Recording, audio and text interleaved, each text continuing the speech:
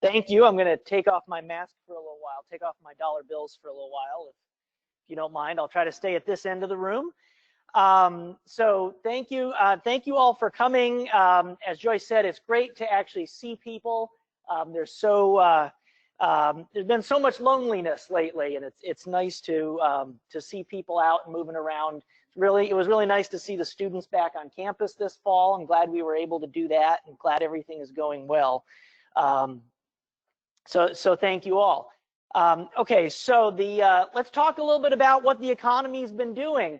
I bet you can guess what it looked like back in the springtime. I'm going to show you some graphs, and then we're going to start with the spring, though. Okay, we're going to start with the bad news, and then we'll get to the good news. So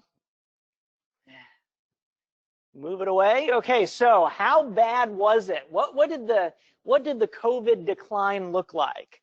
Well, it went down. Okay, so the graph tells you it went down. Now, I played with the scale, so you know, the graph was going to look the way it was going to look, but I've got some numbers over there on the left, well, my left, you're right. So we saw declines in March. Now, if you remember, go back to March. Most of March was pretty normal. It was only until later March that we started shutting down, going home, locking ourselves, going into our bunkers. But we still saw a decline. Even just those last week or two of March, it was enough to give us a decline for that month, and a pretty big decline. For 1 month, 6.5%, or sorry, 1.5% for a month that's a lot. And then, of course, when we got to more like 5% and 4% in the next 2 months, that was a very sharp decline in GDP, a very sharp decline in our economy. Okay, so that's what we saw. That's what the springtime looked like. What I like to do is put that into context, though. Let's zoom in here, or zoom out, so that we can see a little bit more. And I'll give you a little bit of we'll go back in time a little bit. So this is going back.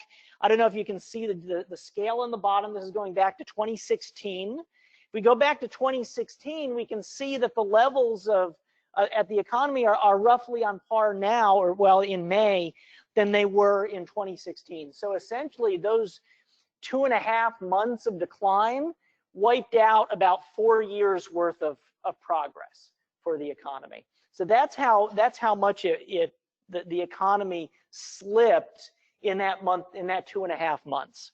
Now I want to zoom again. We're going to zoom out again. So that we can go back even farther again, maybe give you a little bit more context. We're going back to 2006 now. So again, when you look at the whole history of our index, most of the history of the index, still it looks like it's a pretty big decline. Just that 2.5 months was a very large decline. Certainly not a decline as in wiping out 14 years worth of growth, but even in the context of 14 years worth of growth, you can see that was a pretty big decline.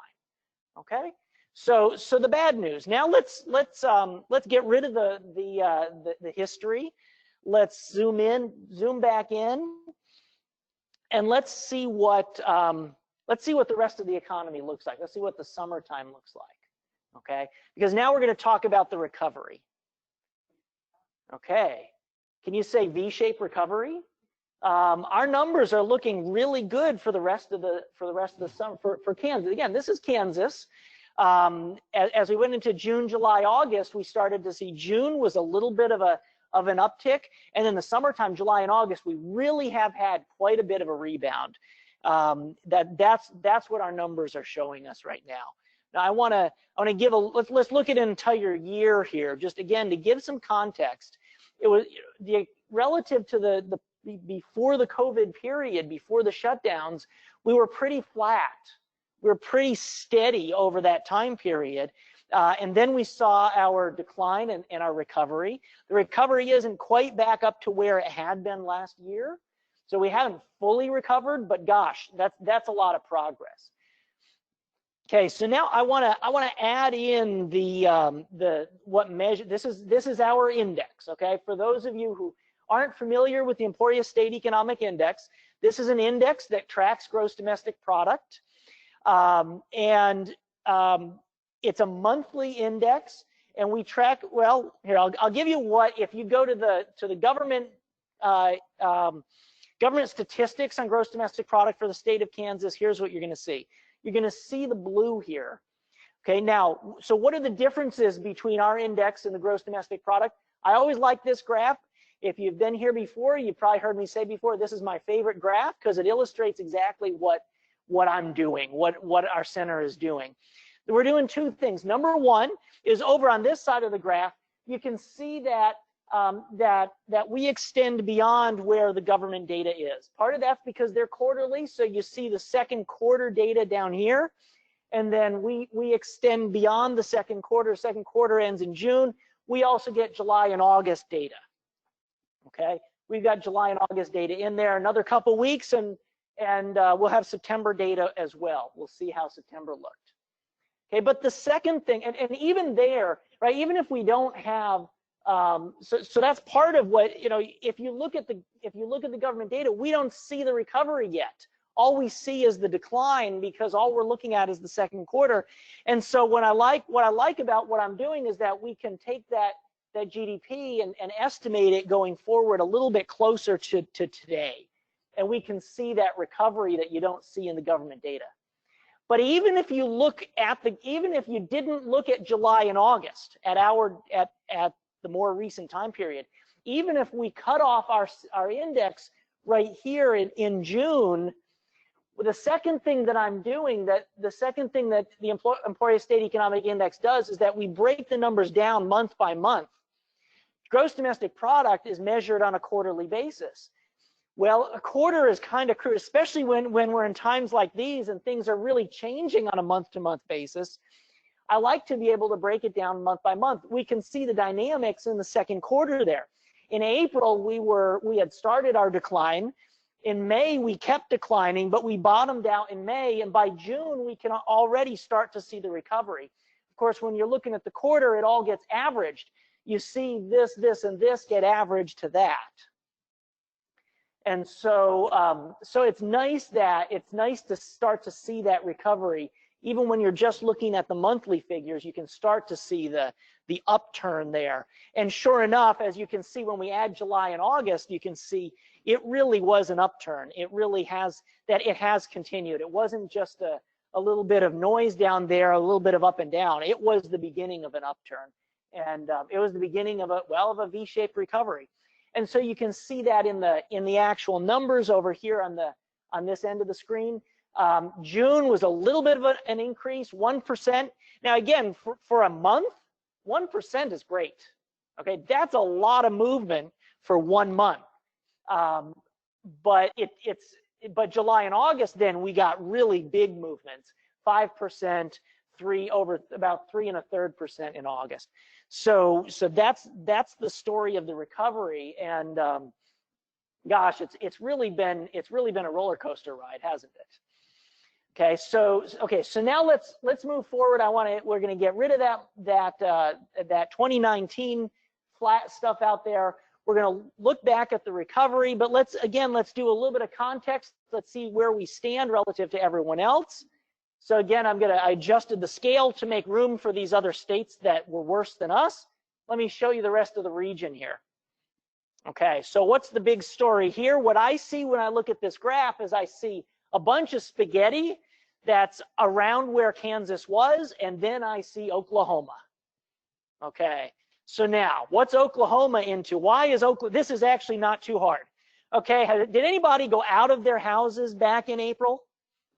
I did. Every day I would walk my kids to a nearby school to get lunch because the school district was really trying really hard to give away free lunches. So we figured, okay, we do that. It got us out of the house once a day. And so we'd walk down to the school and get lunch. And we have to cross one of the major streets in town to get from my house to the school. And if I try to cross that today, maybe if I went out and tried to cross that street, I'd be looking, okay, cars coming, cars coming. Look the other way, cars coming, cars coming. When am I going to get a break?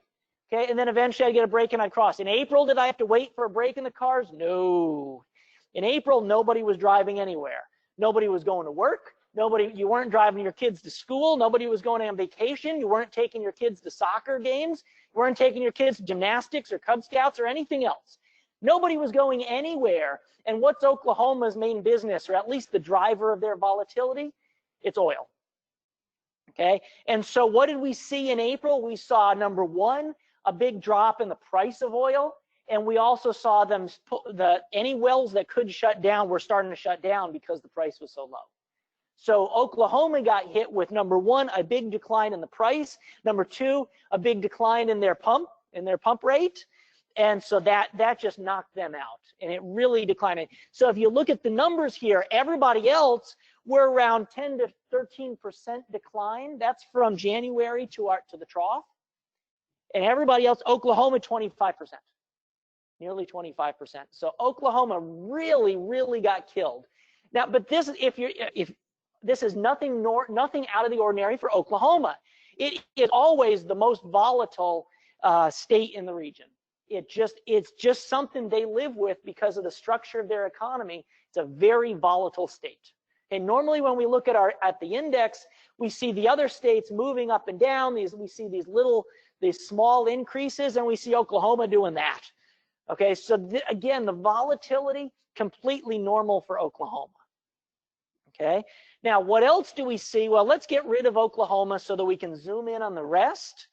Okay, if we zoom in on the rest, and I've preserved if you look at the legend up at the top here, the order that I put the states there, that's the order that you saw them on the table before. Okay, so Kansas is the hornet yellow here with the dots on the line. Kansas did the best. If you look at the trough, Kansas was the only state in the region that did not have a 10% decline. We're at 9.5. Everybody else is double digits. So Kansas did pretty well. And as you can see, if you can pick Kansas out of the spaghetti here, which I tried to do with those dots, it's pretty much at the top the entire way. It's at the top of the pile of spaghetti the entire way through. It's only finally in August that Colorado shot up, that they recovered more than we did. This is all relative to where each state was in January. Okay, so I said everybody equal in January, and then graphed out at 100, and then mapped out their progress from that point. Okay, so at each month along the way, we were closer to our January numbers than everyone else, with the exception of Colorado. Finally in August, they actually exceeded their January numbers. We're still a little bit below. Okay, so they've started to see some recovery.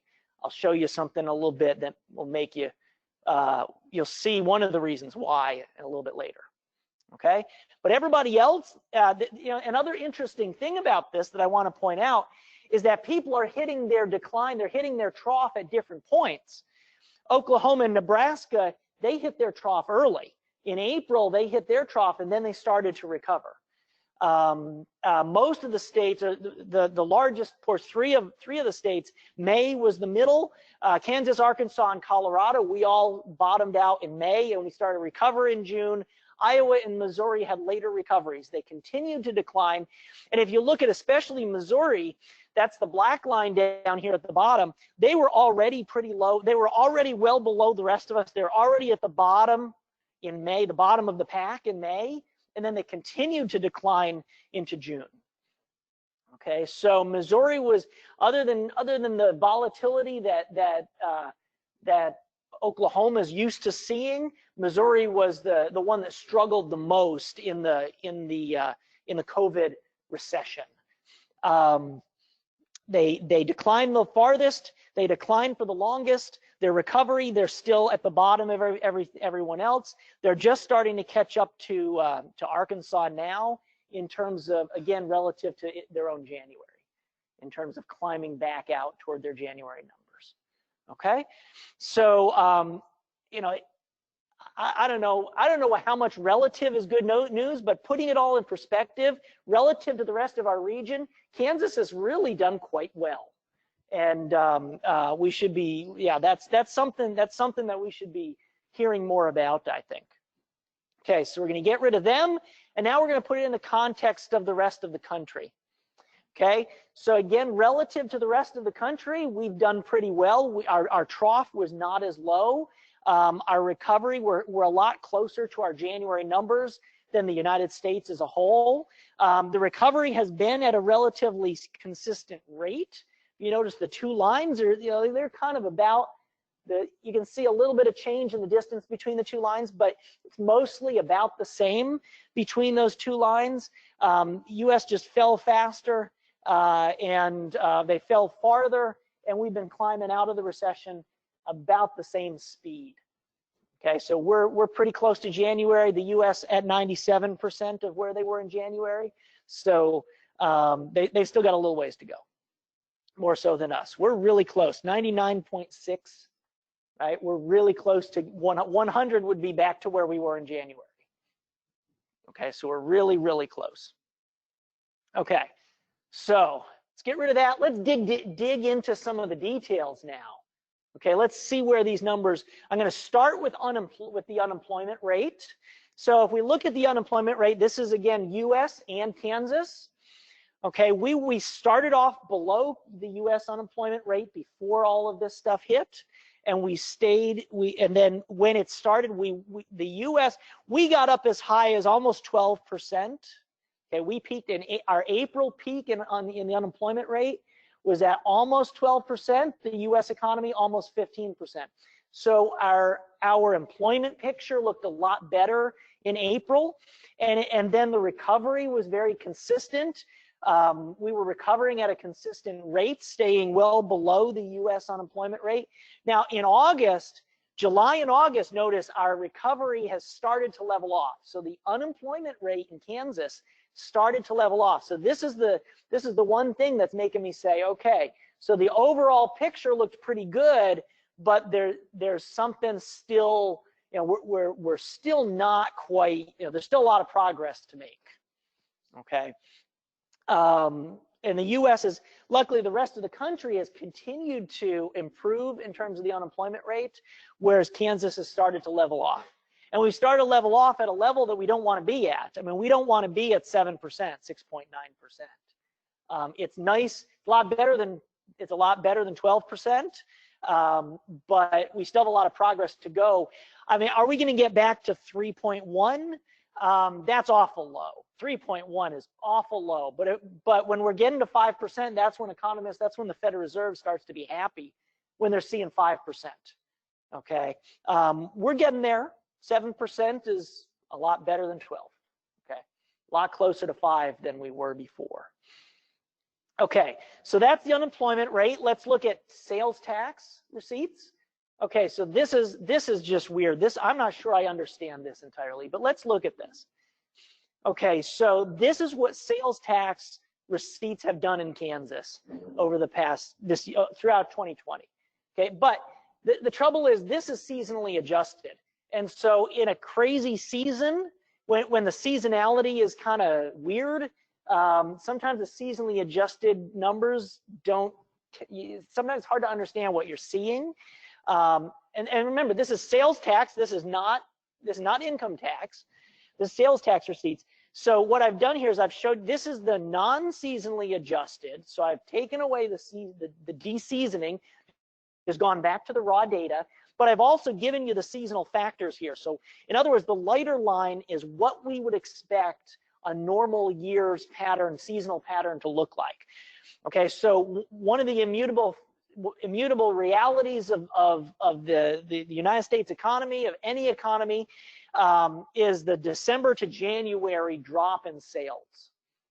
So what I've done here is I've taken these two lines, I've equated that December to January drop in sales and say, okay, so if this year's December to January decline is exactly on par with a normal year, then what does the rest of it look like? So that's the assumption that underlies this picture.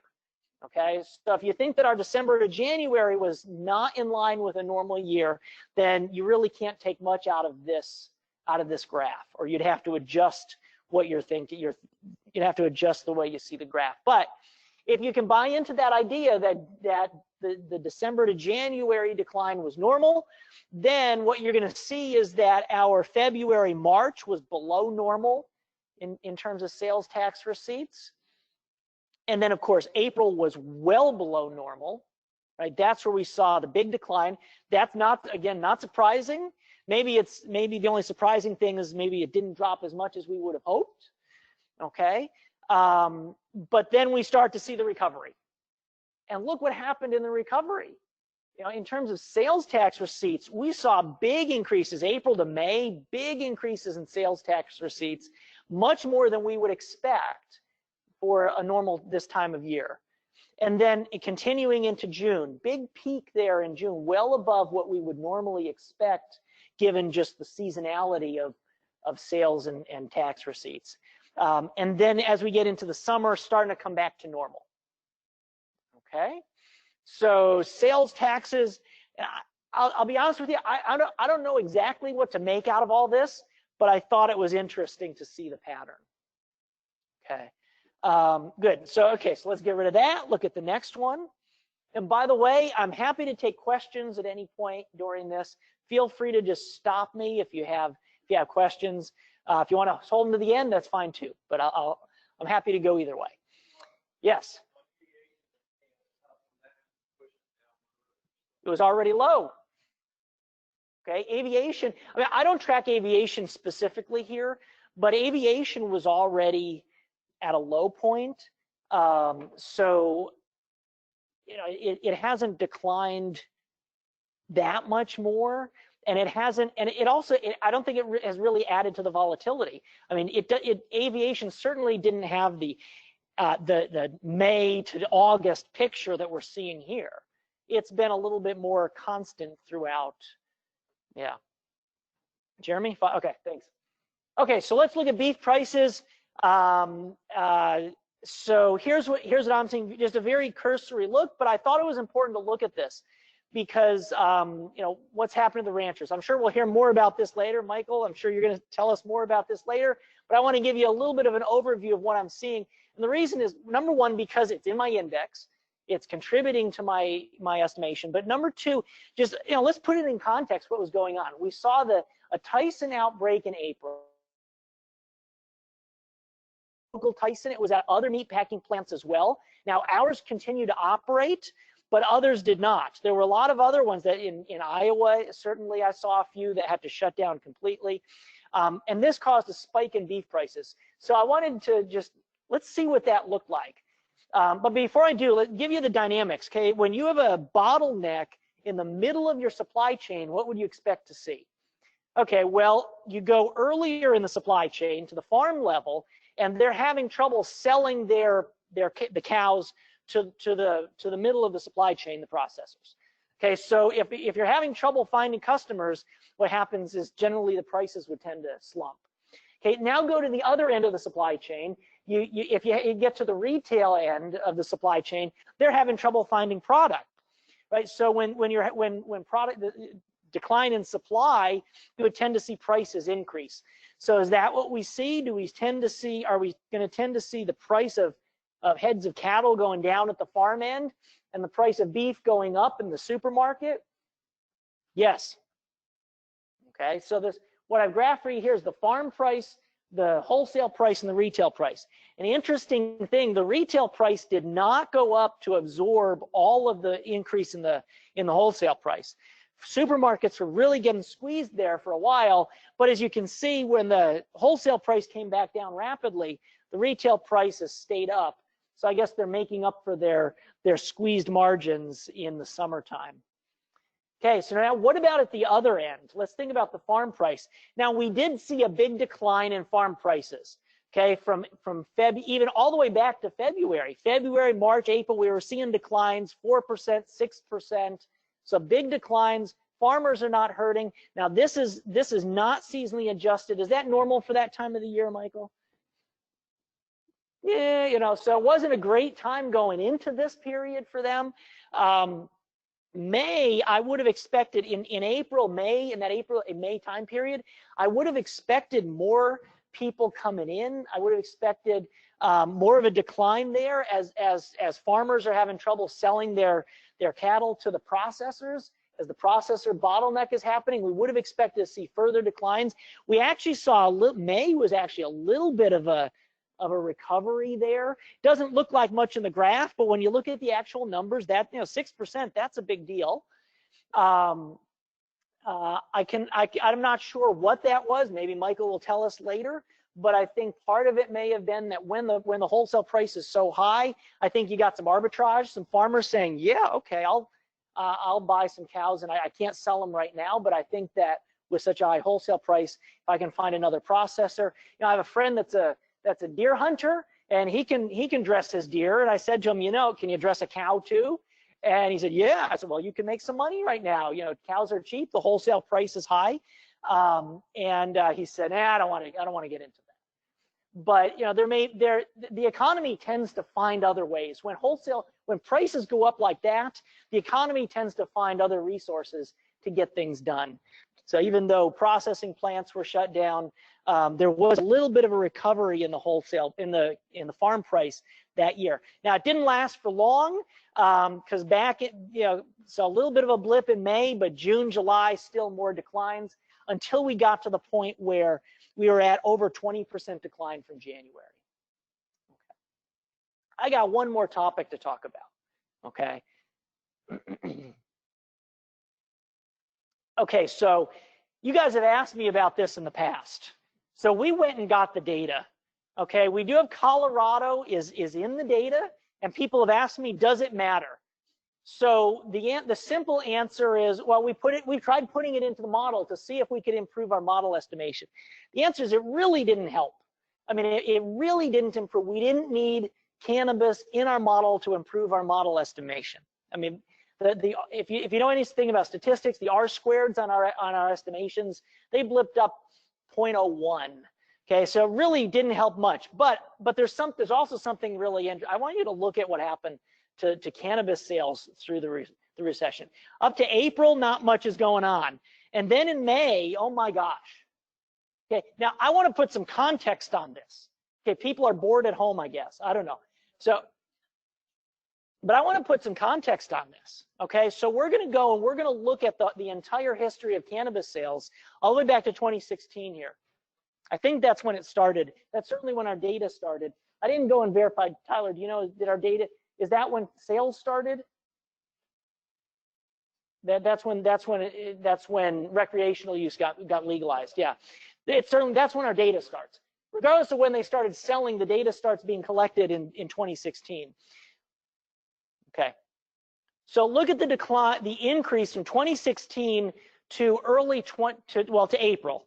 Okay, $45 million per month. Okay, $45 million per month. Now look at the decline in the next 3 months after that, $48 million. So the increase in cannabis sales in Colorado just from April to August is even more than the entire increase from 16 until now. That's my story, and I'm sticking to it. I just thought that was interesting. I don't want to say any more about that. I'm just going to get myself in trouble. So that's it. That's it for me. Okay, and Jeremy's telling me that you don't have time for questions, but I'm sure there'll be some time later on.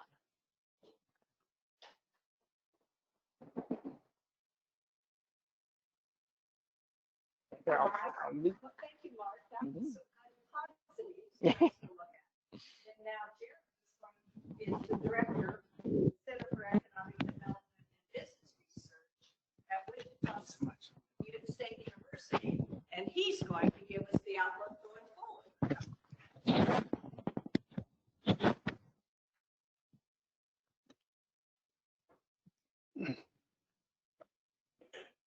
I really appreciate, you're always an optimist. You're an internal optimist, aren't you? You always are very positive. I love that. And I've been, as I shared before, the Duke of Doom and Gloom, so I can change the mood like that. How about that? I'm just kidding. I'm not trying to do that. So I will tell you, the last 6+ months has been just a whole lot of crazy for me. I just nonstop information overload. My normal data sets I would look at are out the window because they're not high enough frequency. So I'm looking at all kinds of other stuff. So I mean, how do you start thinking about it? There's no way I can begin to do this presentation really to get everything in 30 minutes. Matter of fact, I've been to other communities, I do the same slide deck and it takes me an hour and a half to go through, and we still don't talk about everything that's happened. So I will try. I do want you to do social media.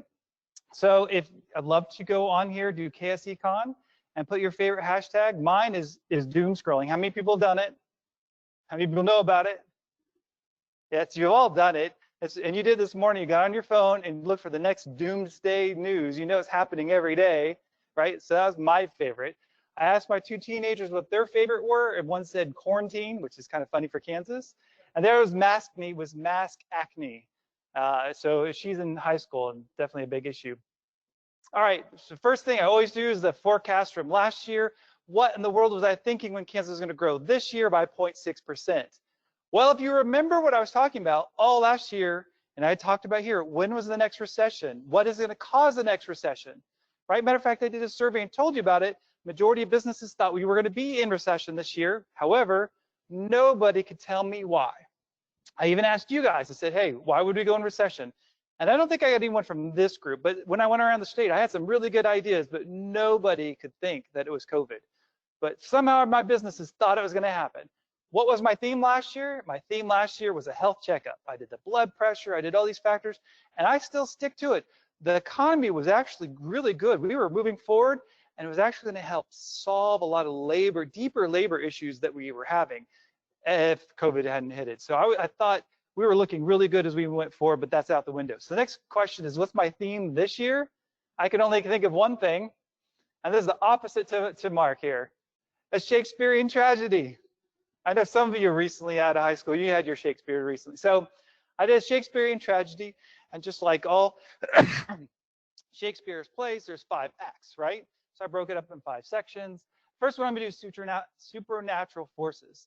And so when you think about Macbeth, right, you think about witches. You think about Hamlet, you think about ghosts. You think about 2020. Come on, COVID, right? There you go. So before we get into COVID, I think we need to pause and kind of see what really happened. Mark talked a little bit, but you saw this news, all that doomsday scrolling. What really happened? Let me put a little bit in context. At the national level, if January was 100% unemployment, and you fast forward all the way to April, it dropped down to 51% of jobs, right, in this leisure and hospitality, and it's back up to 76. And then you get up to the one sector that almost saw nothing, and that's the finance. That's the bankers out there. Do we have a banker in here? All right. The bankers you're too busy to know you got fired because you're doing PPP loans and refinancing remortgages, and you would never. There's no way you could have been fired. You needed everyone you could get, and you also probably hired your own kids to come in and work too. All right. So then now let's break it down and look at a little bit more of the underlying stories. Some of the other ones you saw. It is true that females were more impacted by this. Minorities were more impacted by this. And I'm sorry for you, the younger, well, we actually have younger generations were impacted, but also those with lower education. So good for you getting education, but they are being more impacted. So why? It really was the previous slide, this leisure and hospitality. It's the certain sectors that were hurt, that were required to be physically present, right next to the customers. Those are the ones that tended to have more people in those sectors, and they got hit really hard. The question that is coming out there now, especially when you have this teleworking world, urban de-densification, automation forcing. This is happening in New York. I don't know if you've seen all the news of people moving out of New York and out of some of the dense places in Colorado, but it's happening in Topeka and the denser areas in Kansas City. It's happening all around. If we're doing more of this, what jobs are going to disappear going forward? Those are professional service. You have professional service support staff, right? Think about security and administrative assistants and the leisure and hospitality industry. There are some concerns nationally that if that happens, those will go away. And if those go away, those tend to be those upward social mobility type of jobs. You get a degree while you do those jobs and then move up in your career. That would have a big concern. But like everything at Shakespeare, the beginning of the play is very different than the atmosphere at the end of the play. And I'm going to suggest that we had a big shift in the economy, and that's probably not true. I'm going to spend pieces of this, the rest of the presentation, saying why I think it's going to be different. This one, you can see the scale perfectly. I have did nothing on here. This is the exact 0 point. There's no tricks here.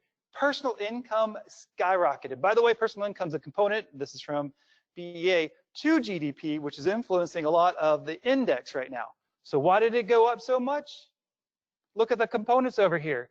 Personal income includes earned income, our wages that we work from our employers. It looks like that dropped by a little, but that dropped by a whole lot. You just can't tell because I only threw one other one in here is transfer of receipts. The other ones are rents, dividends. There's a few other components that go into this, but they weren't as significant. What really drove it was this right here, transfer of receipts. Unemployment insurance, federal and state. I was asked back in, right when the $600 came out, asked what would be the impact on Kansas, and I looked at it, and 78% of all Kansans were better off unemployed than they were getting earned income. Now that scared the fool out of me, by the way, but as a tool, and I really want to show this as a policy tool, unemployment insurance is the most effective and efficient stabilizing tool out there for the economy. We can disagree on the $600, and there probably is going to be a lot of that, but it's a very effective and efficient tool. How should we think about this? Our economy was heavily propped up by cash that came through, and it was supporting and bringing back those same jobs we saw a few slides ago, those leisure and hospitality, those same people that were hurt.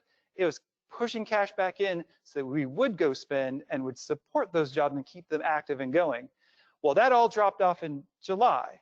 So if I fast forward and you can see what's going on to personal income, it already see transfer payments dropped and income dropped, and it's going to continue to drop until we get another federal stimulus. So that's why the Federal Reserve came out last week and said, oh yes, you really need to pass federal stimulus. I didn't look last night, this morning, but yesterday was still not looking that great.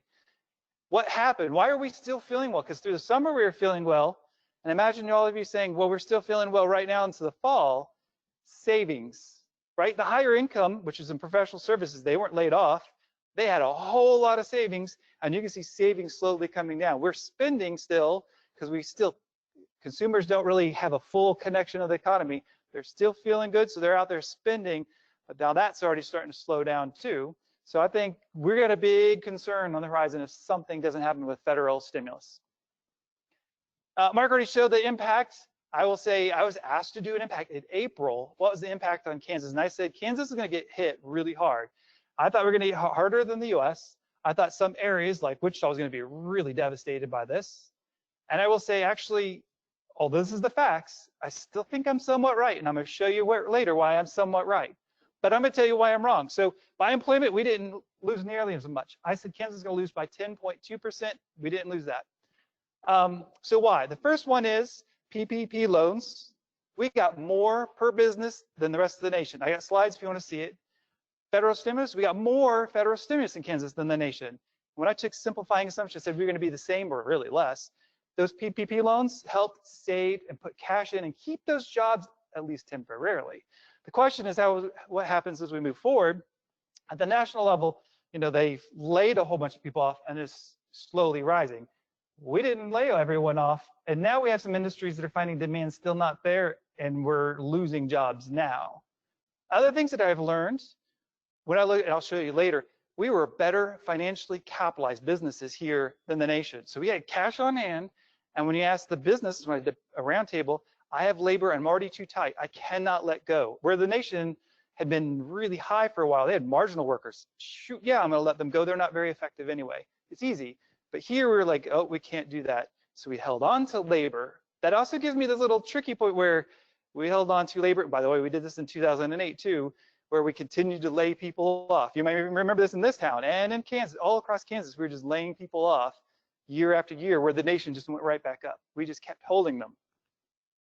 All right, there's no way to look at a recovery unless you talk about a solution to it. And this is vaccine and dissemination. I love this one from The Good Judgment. You should check it out. They get paid for accuracy. They don't get paid to be an expert, just for accuracy. And so 53% say we're going to have a solution by the end of this school year. Another 38 says we're going to have it by the end of next school year. That means the economic conditions are going to be pressing down. Full mobility is going to be down on us until a solution is occurred, right? So long run on that. All right, the first act, we talked about supernatural forces. One thing about Shakespeare, he never lets the supernatural force to be the whole story. That's not it. It's only used to tease out our hero and find their character flaw, right? So if you look at Macbeth, character flaw is overly ambitious, right? Now, when you think about this character flaw for Kansas, we switch it to our households. Where are those issues in Kansas? It's not like the COVID is going to really dominate our Kansas, although it feels like it, or dominate your business. It is showing up some of those issues within Kansas. So that's where I'm going to dig in next. Where are those issues within our workforce that we should think about? Marc already talked about unemployment. I'll say one thing. We lost about 22 million, and we're back up to about 11 million. So as an employer, you say, hey, we're improving. Yes, we get more people, but there's still a lot of people unemployed. Another lens that you can look at, and I like this one, unemployment insurance claims. And I did a little trick to it. I said, let's look at unemployment insurance claims and divide it by per person in that sector. And I wanted to have a distinction. There's 3 different labor markets. It's not just we started COVID and it's a labor market, it's 3 separate ones. So go all the way back to January. If you look at construction, so for 1,000 workers in construction, we had initial unemployment claims came up 5.6. That's off season. This is a sign of a very tight labor market. There wasn't very many people available for work, right? Move forward, or you weren't really going to let anyone know at this point. Move forward to the peak. You can see manufacturing got up to 85. So every 1,000 manufacturing workers, 85 were out there looking for unemployment insurance claims. You come down here, over 92 in the accommodation and food services. A different labor market. Part of it is because it's starting to shut down and starting the COVID. And then you move over here, and it's a different one. We've actually found that a lot of industries found that demand really was weaker than they expected. So that's why some of those hard-hit ones before are moving forward, but some of these other sectors are saying demand's weak, and I'm now having more of a layoff. If we move forward to January, I'm going to tell you it's going to be a different labor market too. All right, I got to go back to those different components of the economy, the workforce. At the national level, we looked at women were highly impacted. Look in Kansas, men and women went all the way up. And then if you look today, remember I said the labor market's changing? Men are being impacted more today than women in Kansas. Why? It's manufacturing. Manufacturing is a clear one. We held on to it, and now we're continuing to lay them off, right? And they're the ones that tend to be in that sector and tend to be impacted more. At the national level, it's more of a minority issue. In Kansas, it's more of one race is being impacted the most, and it's Black, right? It's a very different mix. When you look at other minority, tends to have high skills and high education in Kansas, and they're being impacted even less. Go over here and you get a really interesting story. In the recent time period, those people later in the career are the ones per 1,000 are being laid off, and they tend to have more education. So if you are, and we've had this conversation in Emporia before of needing skilled labor here, and you're trying to find them and they're just not available, and remember that conversation, there are people out there. Now, this is not volume, this is per capita, but there are people in those occupations out there later in their career that could work for you if you are in a position to still grow and need them. Census did these surveys, and there's great surveys. I got a ton of them if you want to see them later. They have on depression, anxiety, and finances of households. And if you look at all of them, and I looked at all of them, you look at Kansas and the nation, we were less impacted than the nation. So great news on all those factors. I'm only teasing this one out because I thought it was interesting. Out of all this, if the people in Kansas that were laid off or furloughed, and we had a lot of furloughs in Kansas, those people that said that they often didn't have enough to eat was a lot higher in Kansas.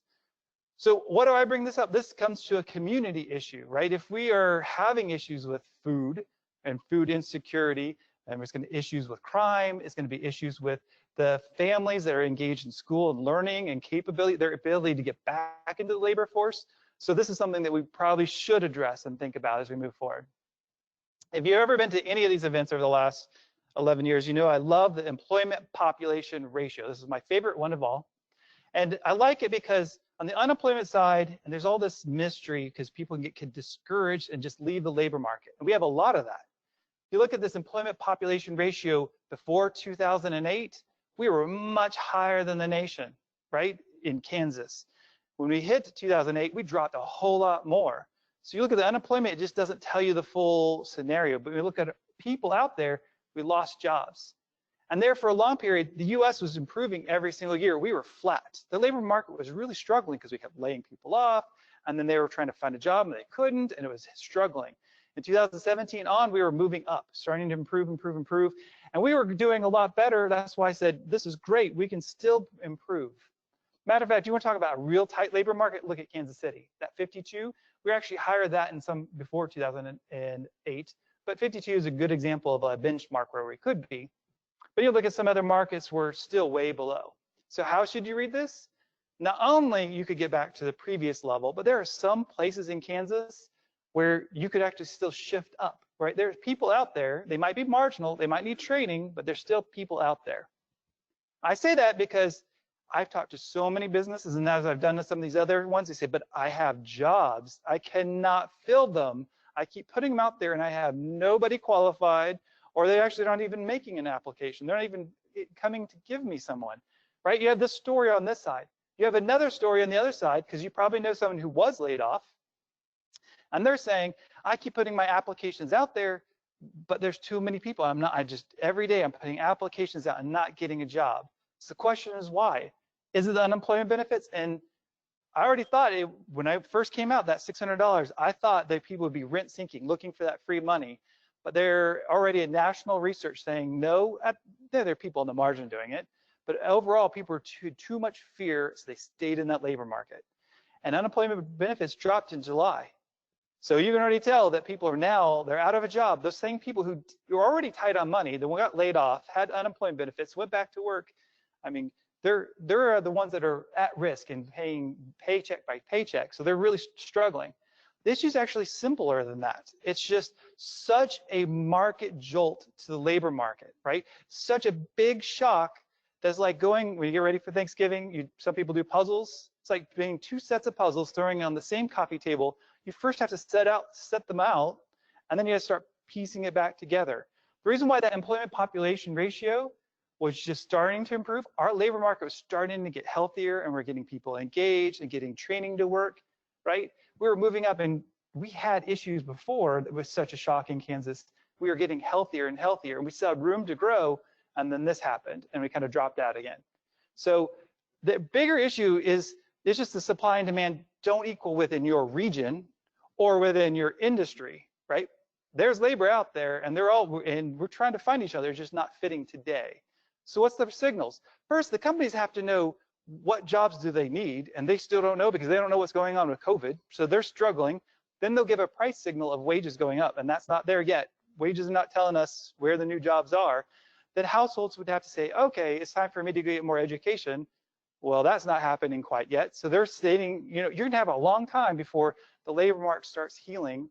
It takes them a year or 4 years or 6 years to get the education to fit where that new market's gonna be. We lost jobs that will never come back, and that's the healthy part that we need to move forward. There are two economies when you look at employment. You have one part, the more urban areas had the biggest decline, and they're coming back. And you have the more rural parts of the state that either are back to zero or actually above.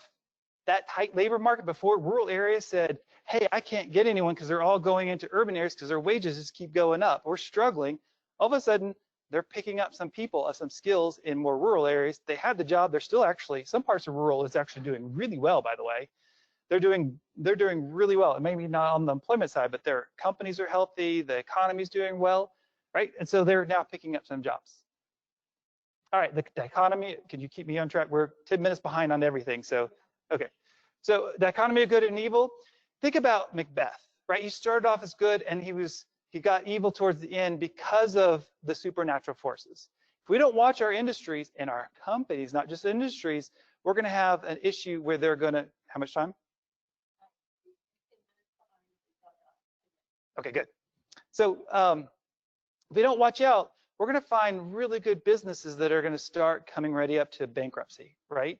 One little misstep and they're gonna hit that. And so the first one, I really like this one, and this breaks all the rules of the number of numbers you should put on here, but it's just so beautiful. I hope you can appreciate this with me. The higher you on this is that the highest impact. Remember we talked high impact one? And over here it's just year over year employment. So in Kansas, by the way, this entertainment, arts and recreation declined by 51% year over year, and it's still down. But that doesn't tell the whole story. So I did this month over month. Yeah, it got hit really hard fast, and it's been recovering every single month. However, you'll see all the way down here, there's a different story, right? In these other sectors, they weren't hit as hard, and now they're doing more layoffs, right? This is because we don't know what the new economy is, and we're finding out demand is not there where we expected, and that's why we continue to see layoffs. And unfortunately, if we have weakness in the economy, we're going to still continue to see layoffs, particularly because of manufacturing driving it. We're going to continue to see some layoffs somewhere in those other sectors. All right. Remember I said impact? When I did the impact, I was really looking at the output side. And on the output side, on the second quarter, the US dropped by 31%, Kansas dropped by 30.3%, right? I actually had this part right. The biggest sector that's going to be impacted, which is different than the nation, was manufacturing. And I had healthcare at the top, and I had a lot of these other sectors. So I actually got the idea right. I even got the scale right on the GDP. However, like an employment per output, right? The only reason why we didn't lose the employment is we had all these other programs and we're holding them on, right? If you do employment per output, we should have been a lot closer to the nation on losses in jobs. It didn't happen because of all those reasons I told you earlier why we're holding on to them. And I'm kind of painting a picture maybe we shouldn't have, but think about that for a second. Good news here, the census did a survey of businesses and they said on the establishment level, we're doing a lot better, not as highly impacted. Over here's the finance side, we had well capitalized, we didn't need cash. There's other elements of the survey you should ask me about. Some great data there to give us a real idea of what's going on in the companies. So I pushed this back on the panels of my businesses and said, hey, why don't you just let them go? Why don't you use this cash and make big investments right now? And they said, no, no, no, we have a really understanding of what's going on. I need that labor to move forward, and I'm going to make small bets until we have a clear distinction. We're going to go forward. Going back to Macbeth, they're not overly ambitious, right? Our Kansas very conservative nature is holding us back a little bit as well of going forward, but we're being careful, and I think they should be careful right now because we don't know what the market is. Overall, when you look at the road ahead, majority said profit margins are going to be flat, but increasing number is going to have a declining profit margins. Right? They're not going to be, because they're not going to be able to increase their prices. They know it's going to be very sticky this next year. Our forecast by sector, we're going to see growth, but neither of these really tell the story. Even if you could be in a sector over here that's growing, that I think is going to grow, you make one small financial step. You held on to labor too much, you make it too big of an investment, and you can go bankrupt, right? That's the kind of level, when you look at profit margins, that's where we're at right now. It's not the industry that we should be looking at, it's the micro level. The bankers need to really focus on the community and the economic development needs to really focus on how are you doing financially. It's not your industry this next year. All right, fate and fortune. Shakespeare thinks that we have predestination, but the hero gets to choose their path, right? And our hero here are these businesses, they're choosing their path, right? They're not overly ambitious like Macbeth. They are saying that they're going to increase wages. Back to this upward social mobility. I asked them why. This isn't the high skill that we had the previous years, increasing wages because of that. It's this middle skill and lower skill. They have to have those positions. They're willing to put some training behind it. And that's where I see some upward mobility opportunities. Our forecast for wages is flat, unfortunately, even though they're seeing upward in the lower ones, we're going to lose some higher income. Our retail sales forecast is positive, but if you really see what happened in the nation, we're way below where we're at. This is just only pent up demand. So it looks positive, but it really isn't. We should be a lot higher than that. The businesses said most of them are going to be flat. Some are going to have layoffs. And we have a few people that are hiring strategically, but not lots of jobs. This is the widest forecast I've ever put out. And because in both scenarios, by the way, we need federal stimulus.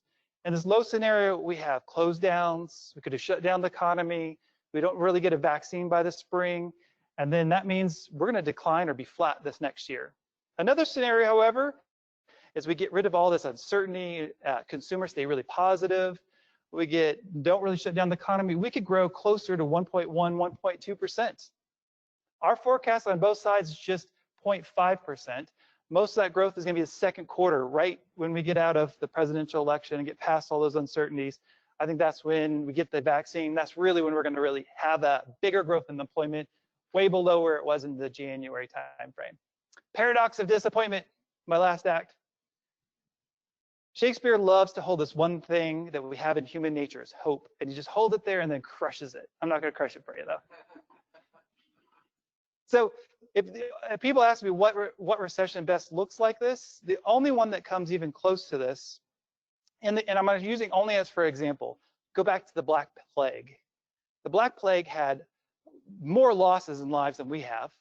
In some places, they lost half the population, right? They shuttered the economy much more than that happened here. However, they had a structure of economy that before and after that is something that's interesting today. Before, they had a feudal system. The kings had all the power. If you want to be a cobbler, you had to have it from your great-great-great-great-great-grandson's going to take over. It was all within the family. Since they lost all that employment, someone who was a farmhand could become a cobbler. They had all this upward social mobility, training, and incomes grew. And we had a 100-year period post that time where income equality was the most equal it had been in the longer history of the world. What's happening in the last couple decades? We had this shrinking middle class, right? We're having all this power in the larger companies, and these smaller and middle companies are not having success. I think COVID, and I don't have time to really get into all the real reasons why, unfortunately, I think COVID has changed all those rules, and I think you're going to have a lot more upward social mobility, and that actually can be great because it can actually grow our economy. Economists on both sides look to that as a positive. You're already seeing business applications coming up. Entrepreneurs have wealth in their houses, all that savings rate they could be making investments. I think we're right there. Where's the silver lining? I want you to think about a couple things. Although a lot of employers are saying teleworking, they don't like it, but you just increased your labor pool. Those people with disabilities or transportation issues, or because of this region, you can now get someone somewhere else in the state to work. Think about removal of all these barriers, these costs. Telehealth is just one example, but in your company, when April came, you just got rid of all these unnecessary rules and let them work from home. How many of these can you do for a middle-sized business, a small business? You have access to labor, you reduce your costs, you can be more nimble. The market is new, there's new access. Smaller businesses can be more nimble to get there. And then over here, we had very little productivity over the last decade. We had all this software that could have made us more productive. We just engaged all this software. If we don't lose that inside of this could help us to be a lot more productive. Productivity gives value to the worker, especially that middle class and lower income classes that can really add value to you. If I'm going to do one statement, I'm right here, right? One statement here is ad astra per aspera, right? It's going to be difficult this next year. I'm not going to tell you that anything otherwise because I think the COVID is going to be around and our market is going to be somewhat shuttered because of it. But I think we can do it. We can move forward. And this is a real theme for us in Kansas anyway. Thank you very much. And I'm very excited to be here. Yep.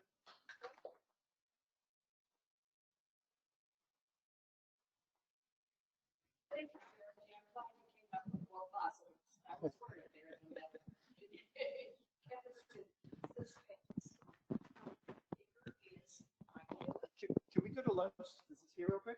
Sure. We can change if it's all right with it. Is that all right?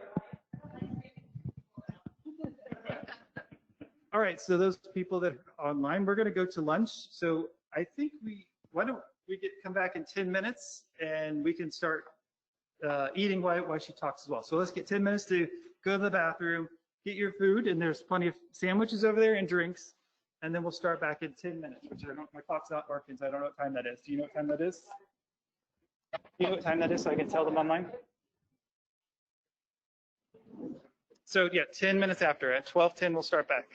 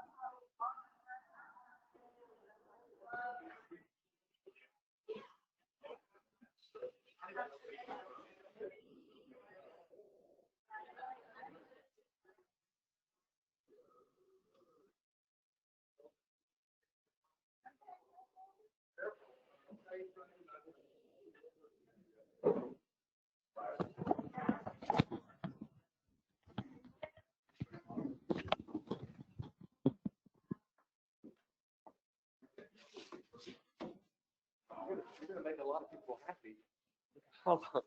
So we need to make sure to tell the students to take it. Okay. Yeah. Students always have kind of need.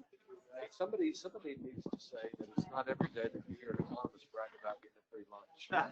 But Mark did. I don't think so. There might be like a turkey hand. I don't really know. You're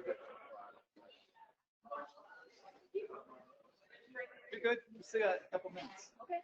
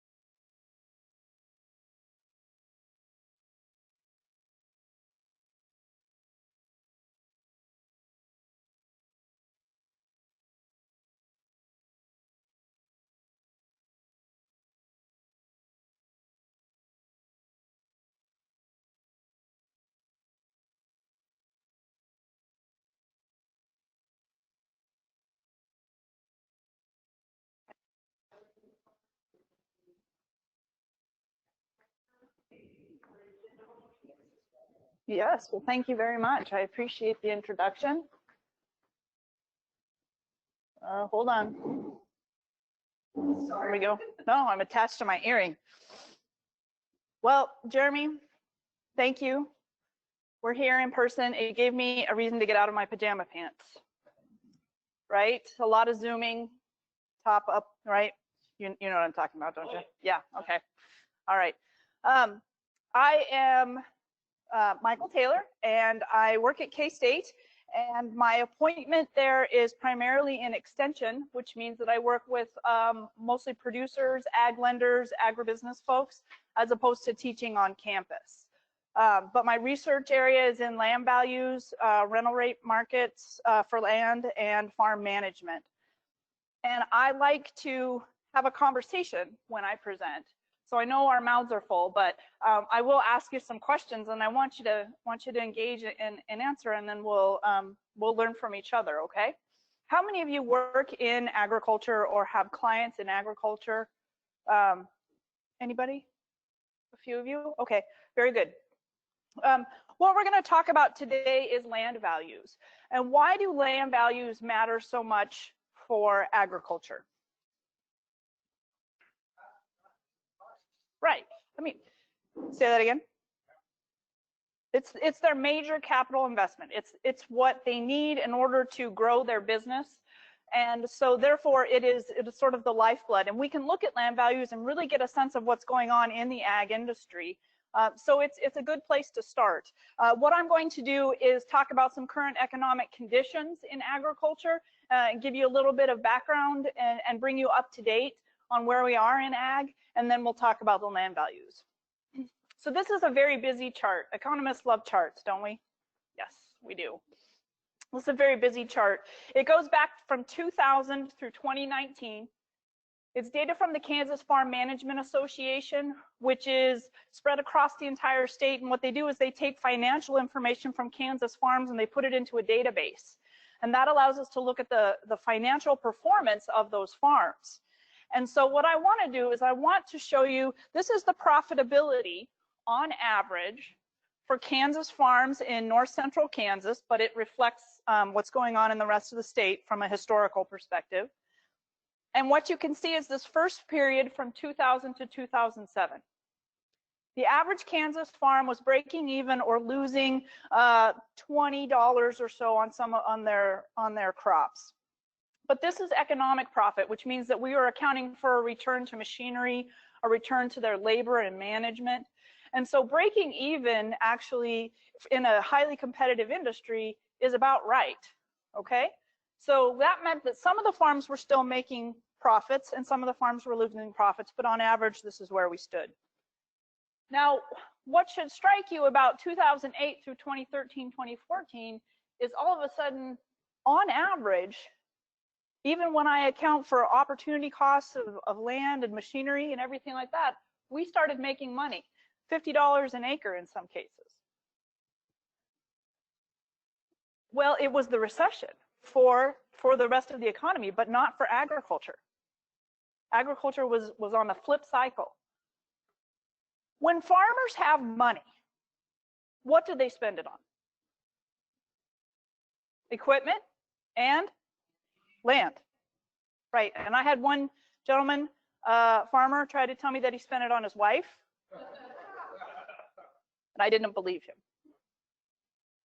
So what do you think was going on with land markets during this time? Well, if we have money, we have extra profits in the industry, what are we doing with that money? Right, we're spending it on land, and so we're bidding up the price of land during this period of time. I started in 2011 at K-State and started tracking land markets and was seeing appreciation of 15 to 18% per year on land. You could buy a piece of ground, turn around and sell it a year later and make a profit. We don't do that typically, but that was the kind of appreciation we were seeing in land values. Then what happens in 2014, 2015 through about 2018? We went from making money, making profits, not back to sort of what I'll call the status quo, but we started losing incredible amounts of money. Okay? So what do you think would happen to land markets during a period like this? They would go down. So that's what we're going to talk about. We're going to look at some charts as we go through here and look at the land values and see how they changed. But I want you to keep this time period in mind. And finally, this last period right here has got kind of a combination of making money and losing money, and that's 2019. And I'll show you some more recent net farm income data and where that's coming from in terms of profitability. Hold on. This is net farm income per operator. I want to show you the green is the dryland crop side. The blue is the cow-calf operator. 2014 was a really good year on the cow-calf side. In hindsight, I would have sold all of my breeding stock and gotten out of the business, right? That was the year. On the dryland crop side, we were going from a period, let's see if I can get the laser to work. From this period right here, where we're making about $150,000 a year in and year out, statewide average. We dropped down a little bit in 2014 because that was the first year where we started having some profitability issues. So we were making about 90. And then in 2015, net farm income statewide average was $6,500. How would you like to go from a job that makes you $150K a year to one that makes you $6,500? And I ask my students when I guest lecture on campus, I say, you know, how would you like that? And they're like, oh, I wouldn't. And I said, how many of you going back to the farm? Oh, I am, right? Okay, that's something to keep in mind. There's a lot of riskiness in this business. A couple more years though here, 18 and 19, looks like we've recovered. But the profitability per crop enterprise doesn't show that. So what's going on here? Where's our net farm income coming from if it's not coming from the crop side? This is the variation in net farm income by region of the state. We are somewhere in between the Northeast and Southeast, but there's not a lot of variability here. We tend to sell our crops for roughly the same price because we work in a commodity market. Cost of production doesn't vary that much. So what causes variability in net farm income across the state? Yield. Weather, right? When I go out to Western Kansas and I go to a farmer meeting and they're giving away rainfall gauges, I always think they're being very optimistic, right? So rainfall is important. This is the chart. This is the one that I really want you to focus on. And this is showing net farm income broken down by the proportion that's coming from selling your crop versus the proportion that's coming out of the mailbox. In other words, government payments. In 2014, the vast majority of net farm income was orange, and a small portion was blue, and that small blue portion was government payments. We pass a farm bill every 5 or 6 years, and in that farm bill, we have programs so that if we have poor prices or we have problems with revenue because of yields or something like that, payments will kick into farmers. So it's typical to have some program payments, even in a good year, because it's making up for some of that variability in prices. 2015 was a bad year, and still the majority of our income came from government payments. Then we have 16, 17, and I want you to look at 18 and 19. We've gone from making most of our money from selling crops to making most of our money from government payments. And the red dots show you the MFP payment, which is the market facilitation payment. This is the payment from the Trump administration that was meant to make farmers whole as a result of our trade war with China. It's an ad hoc payment. It's not part of the Farm Bill. In other words, the administration authorized this payment because they felt like farmers needed that extra money, right? And it brought our farm incomes back up to about $100,000 on average statewide. So it really helped. This is the distribution of net farm income across farms. So I've been showing you averages up until this point. You can see there's a lot of variability in farms. And this variability is driven by things like farm size and management and how they manage their debt. Okay? So during that period where I said farmers had money in their pocket, you had two types of farmers. You had the farmer that said, I'm going to pay off my debt. These are the good years. I'm going to bring my debt down to where it's a manageable amount. And then you had the farmer that said, I'm going to grow because I can make so much money off of every additional acre. I'm going to invest heavily and grow because the good times are here and let's just keep rolling. What happens when you switch to a period with low profitability and you've been on a growth cycle? All of a sudden, that extra machinery that you took on, that extra land that you took on is not as profitable. It can really catch you in a bad situation. We have a pretty big group of farms, 18% of our farms that are making less than zero, okay, negative profitability. And then if you take that next group, the 0 to 50,000, that brings you up to about 40 to 42% of our farms. And why do I care about the 0 to 50,000 group? This is total family living expenses for farm families. If you're making less than $50,000 off of your farm, how are you covering a $73,000 farm family living bill?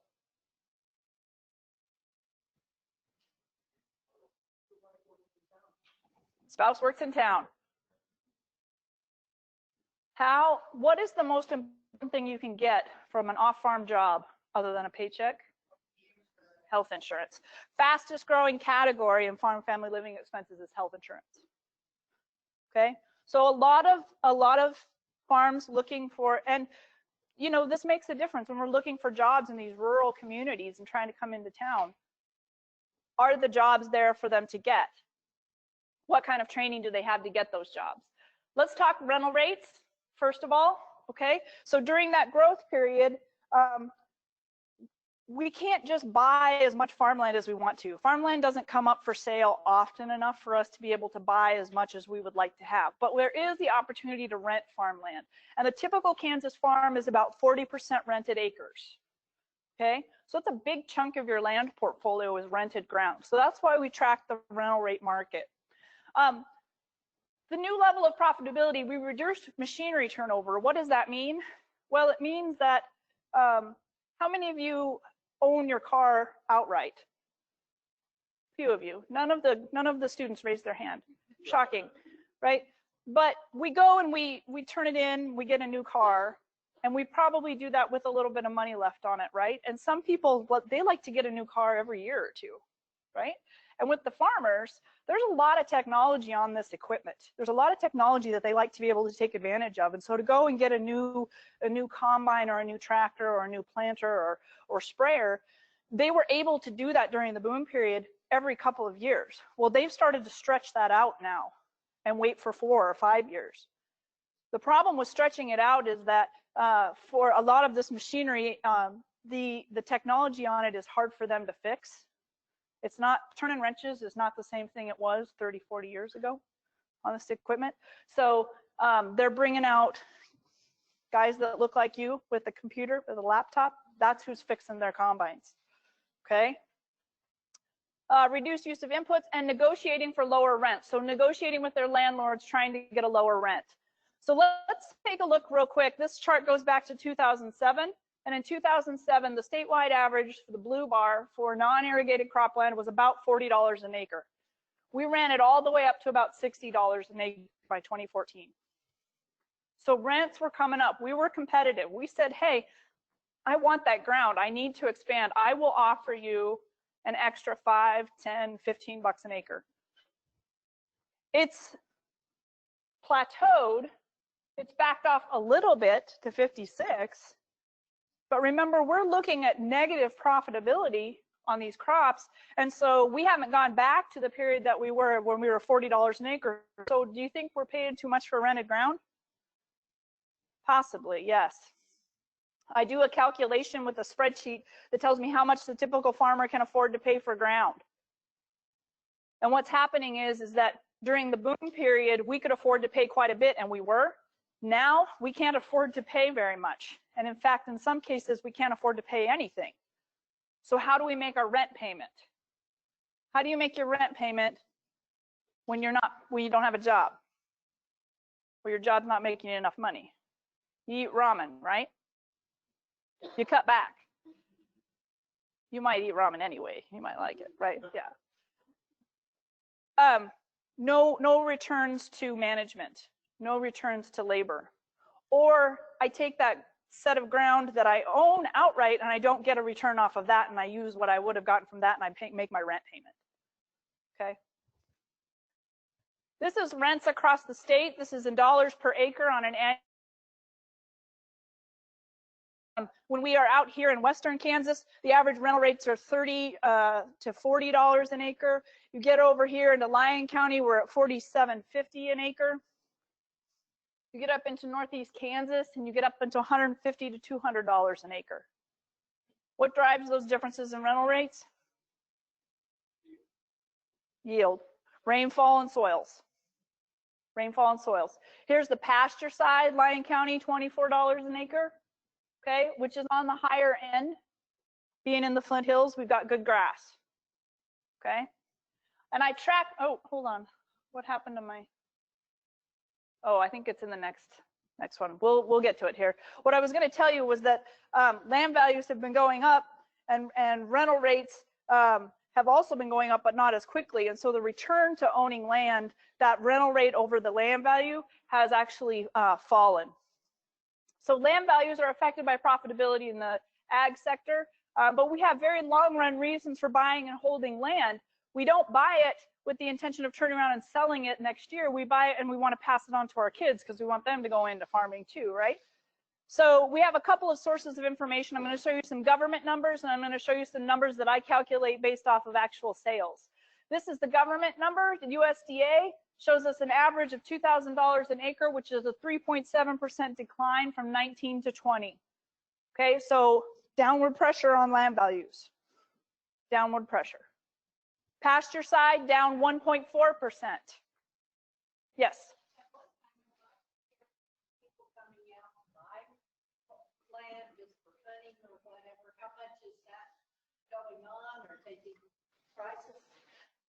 Depending on what part of the state you're in, and we are in a part of the state that has a lot of pressure. What's interesting is that hunters are looking for a different characteristic of land than a farmer would. So if I'm going to graze cattle and I buy a piece of pasture, I want it to be cleared of brush and have as much grass as possible.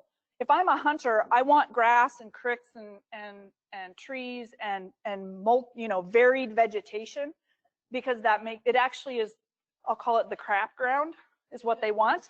They are bidding up the price of that lower quality ground. And it makes, for younger farmers who are trying to get into the business, it makes it harder on them, because that's the ground that they're more likely to try to buy to get their foot in the door. So real estate markets are local, and there is local impacts that affect things here that don't necessarily affect the rest of the state. Okay, here's Kansas land values from 2007 through 2020, and you can see the run up. And then we didn't fall off. We didn't fall off a cliff. We fell off a bit, but we've plateaued. Why? Well, I'm going to say because of those government payments. Those government payments have made it possible to continue to pay bills and maybe have some money left over from being able to buy.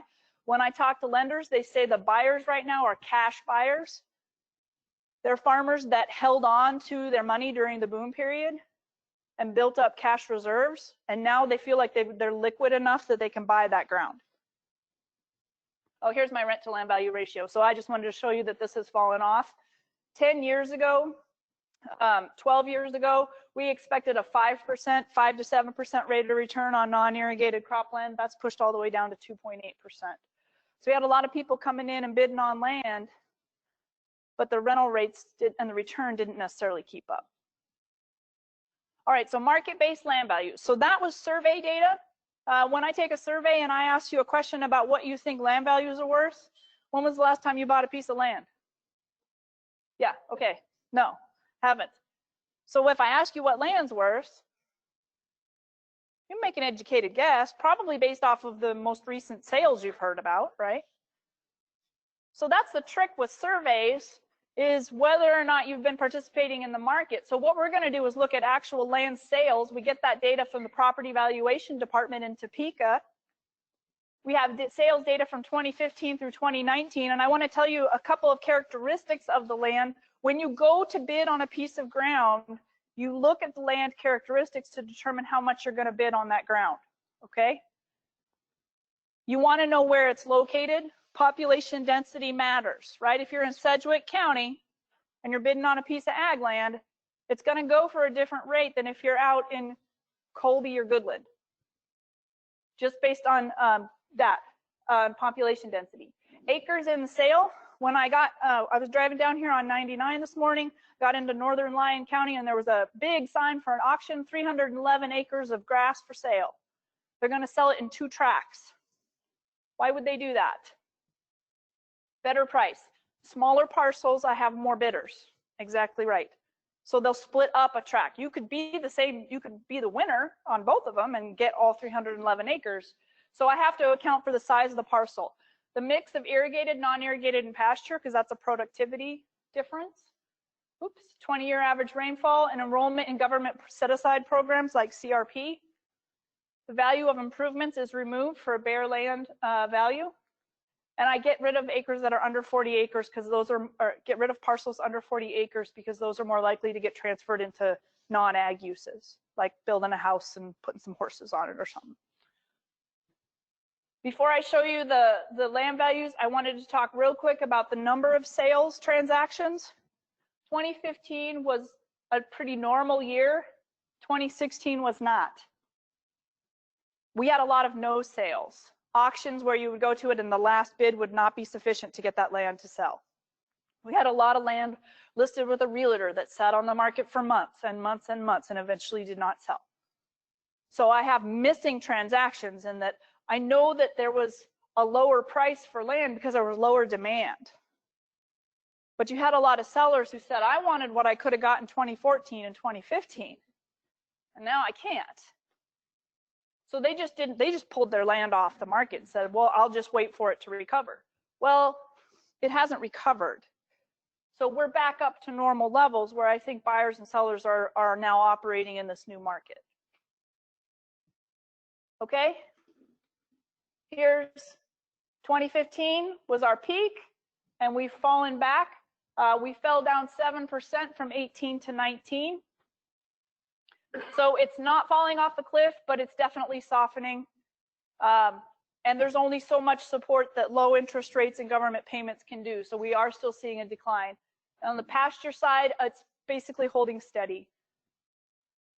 I'm going to go back to Marc's story about no, not cannabis. I don't talk about cannabis. But about beef prices real quick.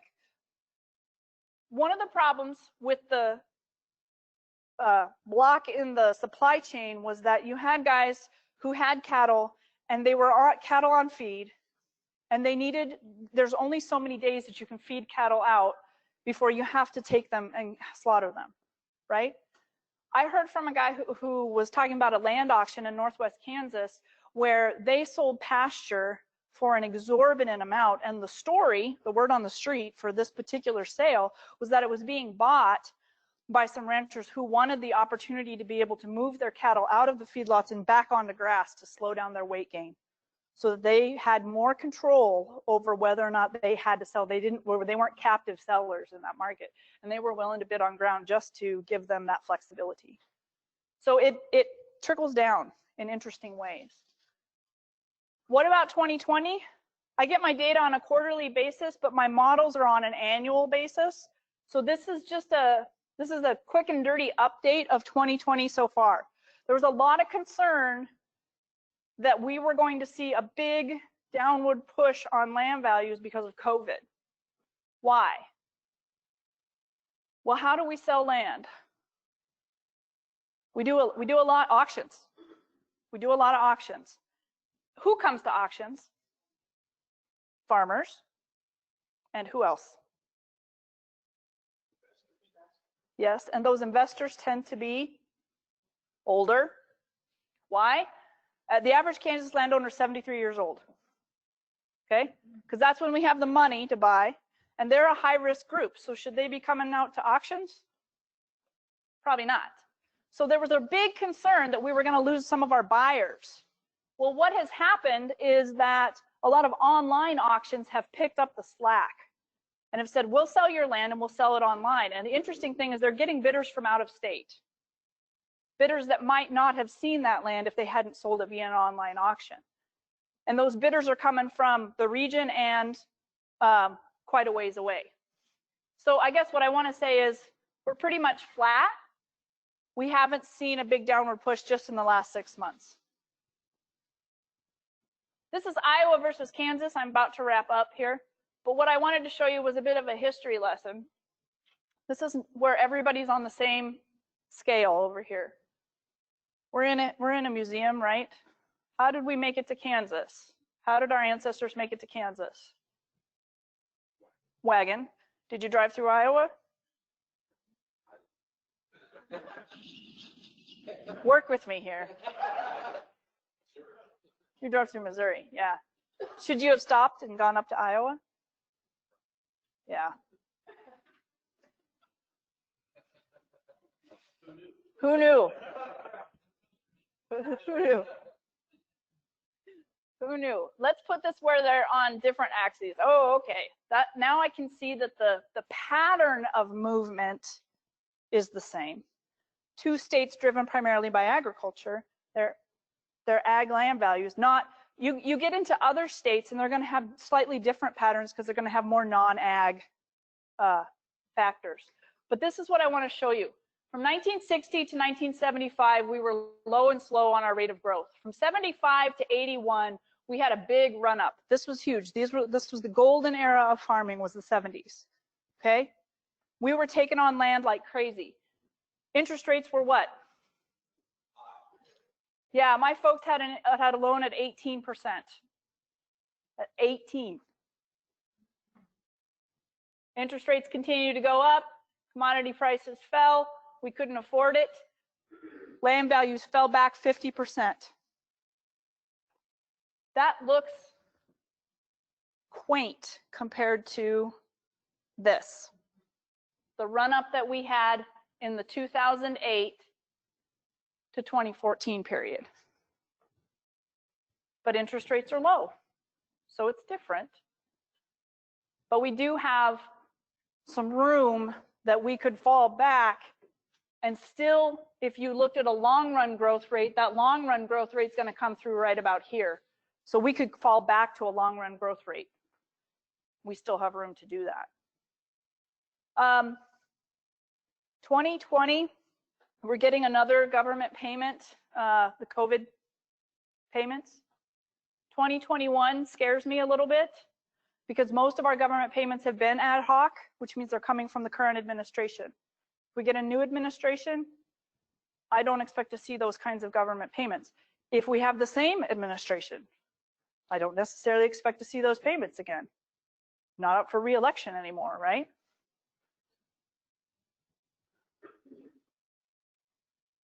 We have some resources online at agmanager.info for county level land values. These are two good resources if you are interested in that. And that is my presentation. Is that a question or a 5 minutes? Oh, no. You had a question though, didn't you? Yeah. Well, two questions, and I don't know if you want to dive into it. One of the other biggest complaints that we'll oftentimes hear from our ag sector is, and there's a reason why we do it, but we do an 8-year rolling average evaluation assessment for property taxes. And, yes. And when you go back and look at your cycle, the irony is, in the years we're doing good, we're building up this backlog, and then all of a sudden the market falls off. Well, that's when your property taxes are highest. Yes. It's a backward-looking cycle. How does that conversation continue to fall into land valuations and the impacts? And is there any comparisons to other states? Iowa, obviously Iowa productivity levels, different things, and corn and ag subsidies related to the high in those areas for things. But is there any comment there that you don't want to go into? No, great question. Great question. So I'll compare it to Nebraska. Okay. Nebraska, they have really high land value or tax rates. And so we will actually see like Jackson County and stuff. You'll have guys coming down from Nebraska to farm down there and ranch down there because it's so much, the land is so much cheaper. Oklahoma has lower property taxes than we do. So I'm sure that they complain about us the same way we complain about Nebraska. I'm sure of that. What he's talking about with regard to property taxes is the way it's calculated is not on these current land values that we saw here, but instead on an 8-year rolling average. And it's absolutely right. We had that period where land values were going up, but the 8-year average included low years. And so the property tax rates were relatively low. So we were making good money and we were paying low taxes. Now you have a period where that 8-year rolling average includes those really high land values and those really high profitability years, but our profitability is low. So did we save our money from when we were making good money? No. Right? That's what we should have done. The 8-year average was meant to smooth things out, both for the taxpayer and for the planners for revenue. But you can't smooth the kind of volatility that we've seen in profitability and land values over the last few years. So it's a very contentious issue. Yeah, I get an earful all the time. I have nothing to do with calculating that, by the way. Nothing to do with it. All right, Jeremy, no, oh, you got another, good, you've got another question. Sorry, separate question. I don't mean to jump point here. Because the other comment you made, this is the one that kind of scares me, is, I understand we've moved online and right. The opportunity creates an opportunity there. My biggest concern, he said, is we're currently farming 40% on rent. Yes. But as we open up our markets so that the land is no longer owned in Kansas, the one thing that creates wealth for our farmers is their land. Right. Their tractors depreciate, their bodies depreciate, they can no longer produce. The wealth was always in the land you earned over time by working it. If we bring in outside investors, we remove the future wealth of our entire ag economy. And that's a concern to me long term for the state. Well, how does that play into the role, and is there a way to combat that or to keep the investment local? I'm not as worried about that. Sure. And I'll tell you why. Out of an Iowa survey of who owns the land, which I think is reflective of Kansas as well, is that we still have 75 to 80% of the ground owned by farmers. And the rest is owned by non-farmer investors. We have always, what your comment is relevant because we have always had concern about who owned the land and whether or not it was the farmers and that relationship. Going all the way back to, I can pull out newspaper clippings from the 1910s saying, that school teacher in town owns my farm. Does she really know anything about farming? Right? So I'm not that worried because I still think that a lot of land is going to transact with, as an owner, I'm ready to sell it. The first person I'm going to talk to is my tenant. But during periods like this, if a farmer can't afford to buy it, it's a missed opportunity that they might not get back. That's absolutely true. So during contraction periods, there is going to be some shifting. But over the long haul, I still think that farmers are my best buyers of farmland. All right, I've avoided him long enough. Well, actually, my question was the landowner issue. Mm-hmm. I think someone should hear from the community foundation. So, I mean, I do the transfer of wealth study for that, and that's a big issue for a lot of these communities saying they have a lot. They might not be outside the state, but they're definitely not even living in the county. Right. It's probably a little bit better than the rest of the state. And this absentee landowner is creating a big havoc in a lot of rural communities for the asset and Yeah. engaged. So that was Yeah. the question. You already answered that. Okay. Well, I study the landowner-farmer relationship, and we're doing a big survey right now of Kansas landowners, and we're asking them some questions about what their willingness to rent to younger farmers in order to, because we think when the land is local, you know, I know Mrs. Jones, I can go up to her, I can talk to her, I can see about getting her ground. I don't know the lady that lives in Florida.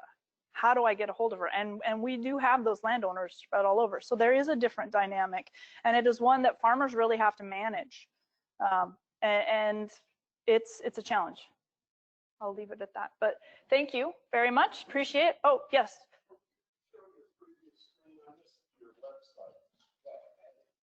agmanager.info.info.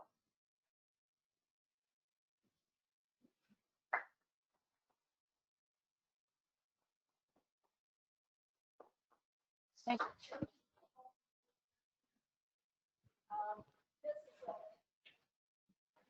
Turn it off.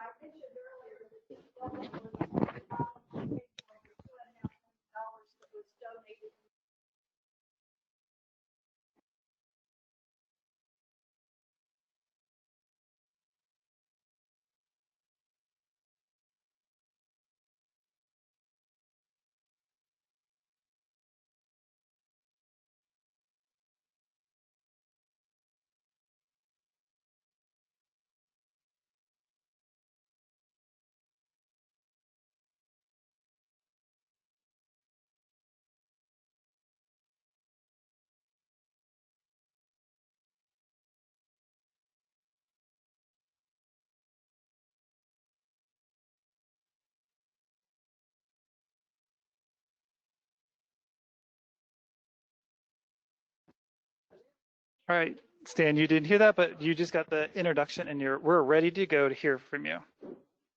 Okay, bear with me just a minute. I need to switch which screen is being displayed, and so I'll be there in just 1 second.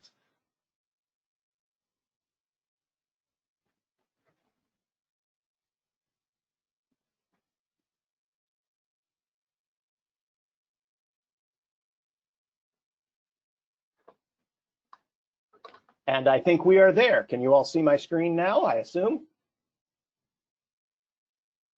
Very good. So I got the word back. Well, thank you all very much. It's a great pleasure to be with you today. I wish I could be there in person. Good news on this end, all tests were negative, but out of an abundance of caution, we wanted to make sure that everything was safe and that we didn't put anybody at risk. And so it's my pleasure to present the 2021 Kansas housing markets forecast. And as always, I have to give a special thanks to all of the realtor boards across the state, including the Sunflower Association of Realtors, of which Lyon County is a part. We have a contract with the Kansas Association of Realtors that allows us to have access to multiple listing service data throughout the state. And using those data, we provide monthly MLS statistics to all of the realtor boards and to the state as a whole. And so if you want detailed information about what's going on in your local area, then I'd encourage you to contact the Sunflower Association of Realtors. And they have those data that are available, and it's up to them how they distribute them and use them. But again, we're grateful for that partnership. And so when I do my annual housing forecast every year, I look at labor markets and I look at mortgage markets, which are the two fundamentals that really drive what happens in housing markets. And this is a slide from my presentation a year ago. And at the time, I said market fundamentals are really solid, that mortgage financing is widely available and cheap, they're historically low rates at the time, and that labor markets were solid. And so I said, everything really is strong for continued growth and strong demand in the housing market. But I gave a little caveat at the end of this section, and I could never have guessed what would have happened and where we are right now. But I said all of this could change very quickly. And again, I never could have imagined how quickly and how dramatically these fundamentals could change. As Jeremy talked about earlier, the employment situation is a concern. Obviously, it depends a lot on what goes forward in terms of whether or not there's additional stimulus, how deep and extensive the manufacturing layoffs in particular continue to spread throughout other segments of the economy.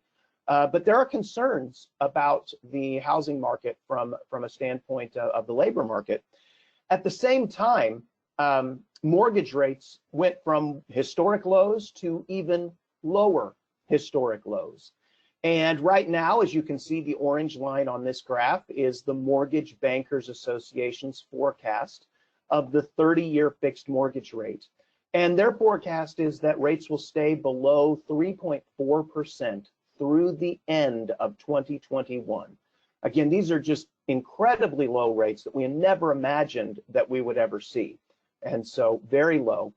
One of the things that I want to point out in this graph is that you'll see that blue line at the bottom is the 5/1 adjustable rate. That's a mortgage that is fixed rate for 5 years, and then it adjusts annually after that, typically based on the 1-year Treasury rate. And normally, we see that adjustable rate mortgages have initial interest rates that are lower than fixed rate mortgages, simply because they present less risk to the lender. But over the course of this year, really since the pandemic really began to take hold, we've seen that fixed mortgage rates and adjustable mortgage rates are just about equal. And that reflects the fact that the Federal Reserve has been purchasing long-term mortgage-backed securities and really trying to drive down those fixed mortgage rates. And so it really is an indication of the unusual nature and the extraordinary stimulus that's being given directly to the mortgage market. And so with all of those fundamentals, you'd think if with the labor markets beginning to show signs of stress, that the housing market might pull back a little bit. And we are seeing that home sales activity have stagnated, but that's not something that's been happening this year. We've seen this plateau effect now for 2 or 3 years, and it really reflects a lack of inventory. Indeed, if you look at the demand side of the market, housing markets across the state, you wouldn't know that there's a recession going on based on the demand that we're seeing for these homes. Is that the same in the Emporia area? Again, these come from the Sunflower Association of Realtors, and what we can see is after a little bit of a dip in 2017 and 18, sales picked up a little bit last year, and they've plateaued this year. No great drop, but no great increase either. Why are we seeing home sales plateau? Well, like I said, demand is incredibly strong, but you can only close a sale if you have both a buyer and a seller. And what we've seen here over the last several years is that inventories have gotten increasingly tight and limited. And so this graph shows a number that we call month supply. It's a measure of balance in the housing market. And what we do is we take the number of homes that are actively listed for sale, and we divide it by the average pace of sales over the past year. So for instance, if we had 1,000 homes available for sale in a given market, and we were selling on average 200 homes a month, then we'd take 1,000 divided by 200, and we'd say that there is a 5-month supply. Generally speaking, we think that housing markets are balanced when there's between a 4 to 6 month supply. Above a 6-month supply, there's a lot of inventory that really might look more like a buyer's market. Whereas when inventories get below a 4-month supply, it tends to be hard for buyers. It looks more like a seller's market. And what you can see here, the yellow line in this graph is Kansas. The orange line is the Emporia area. And both for the state as a whole and for Emporia, we've seen month supply now below that bottom end of a balanced market since 2015. And indeed, we've gotten to a place now where we're down below a 2-month supply across the state of Kansas. One other thing that's interesting in this chart that I'll just take a moment to mention is you can see the blue line, which is the United States, spiked up early in May and June, and that reflected the shutdowns that happened nationwide. We didn't see this spike in inventories in Kansas, largely because real estate was deemed an essential activity, and therefore we weren't prohibited from being able to engage in real estate transactions and to use realtor services. And I think that was a good call on the part of the governor, and we can talk about that more later if you want to. But you can really see that starkly in this chart where the U.S. spiked in a way that Kansas did not. And so from a standpoint of home sales activity, what we're seeing is incredibly strong demand that hasn't yet been limited by the economic environment, and yet transactions are limited because there simply aren't enough homes available for sale. Now, one way that I do try and break down and look at this is to look at different price ranges of homes. And one of the stories that we've been telling now for several years is that the most popular price ranges, and I picked some arbitrary price points here. For Emporia, I picked 100,000 as the low end of the market. Between 100 and 150 is kind of the bread and butter of the most popular ranges. Between 150 and 300 is the upper middle market. And then I said above 300,000 was the top of the market. And those are arbitrary. You could argue those points. But what we've seen here is that among the more modest price ranges, we've been in very tight supply for a long time.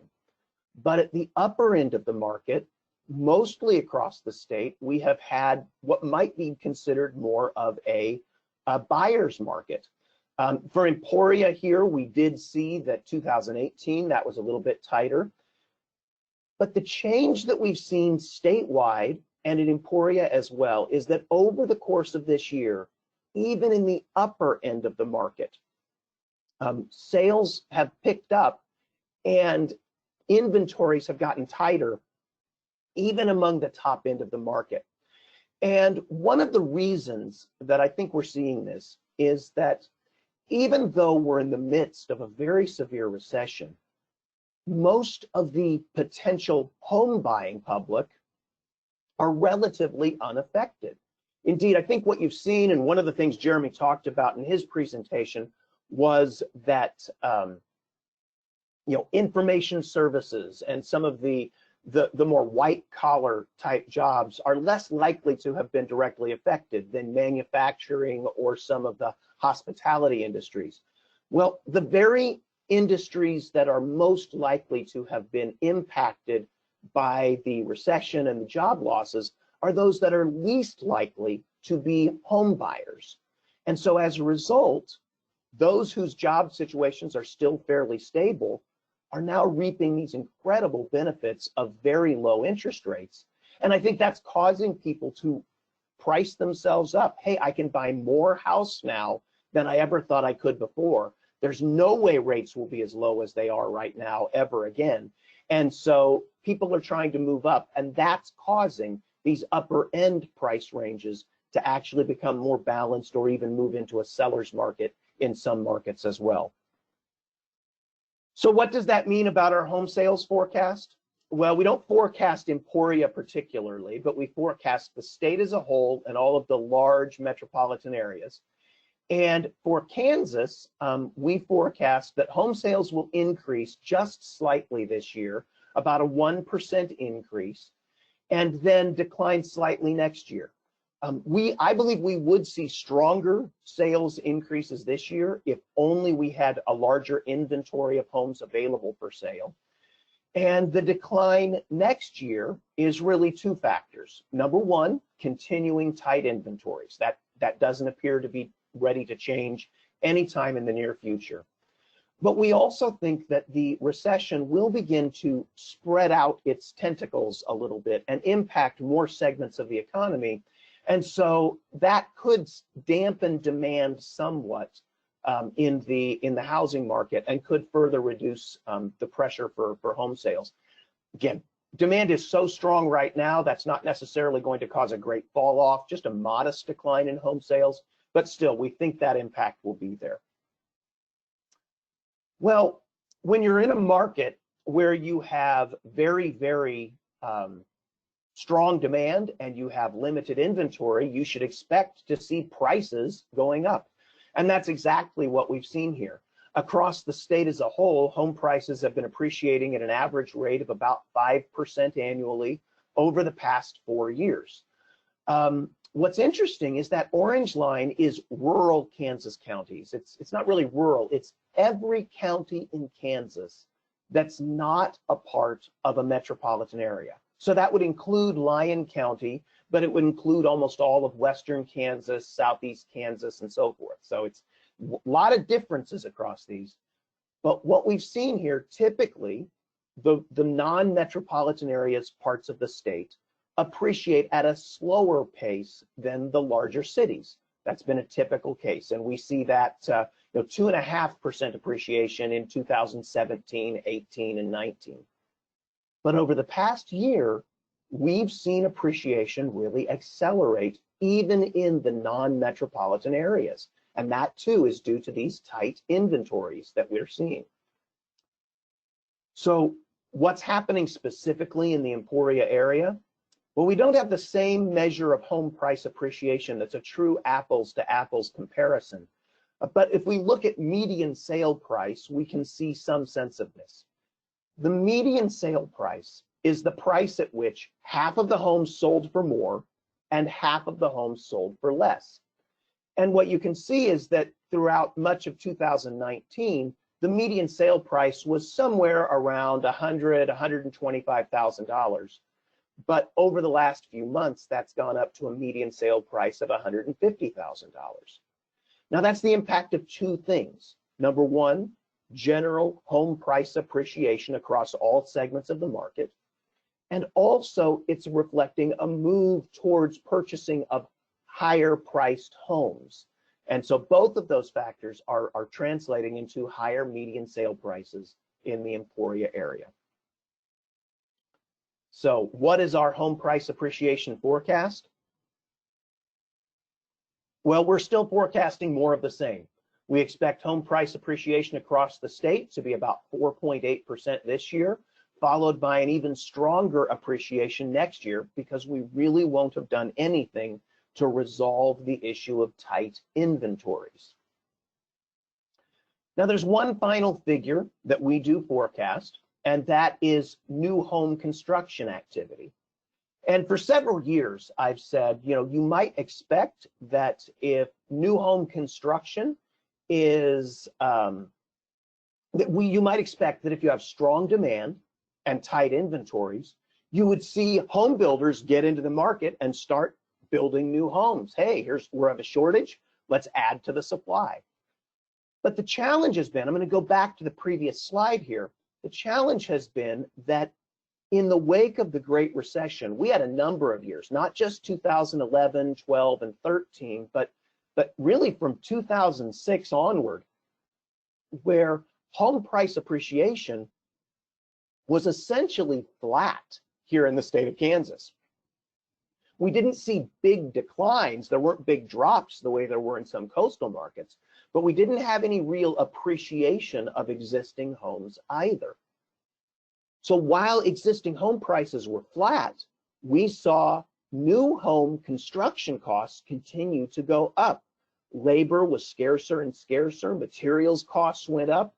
And so the spread between what it would cost to buy an existing home versus build a new home got wider and wider and wider. And as a result, it was really hard for home builders to build homes that could compete with what buyers would be able to find in existing home market. At least in the large metropolitan areas, especially Kansas City and Wichita, that finally seems to be changing. Home price appreciation at such a steady pace is finally making a difference so that new homes are able to compete with existing homes at least a little bit better than they have been in recent years. In addition, the record low interest rates, I think, are driving more potential buyers into the new home market, even if they have to pay a bit of a premium, because they think if I'm ever going to have the opportunity to build my dream home, this has got to be the time to do it when I can get long-term mortgage rates at 3% or even lower. And so both of those things are stimulating additional new home demand, new home building permits. We think that new home construction activity will increase this year by 12.1% and then increase by over 20% next year, with most of that increase being driven in the Kansas City market. And so that represents our home forecast for the state of Kansas as a whole. We also forecast all of the major markets across the state. And in addition to the Lyon County housing outlook that you have at your tables there, if you're there in person, we also do county housing outlooks for 21 other counties across the state. And you can access all of this material on the Center for Real Estate website at wichita.edu/real estate, wichita.edu/real estate. And with that, if we still have time, I'm happy to take questions.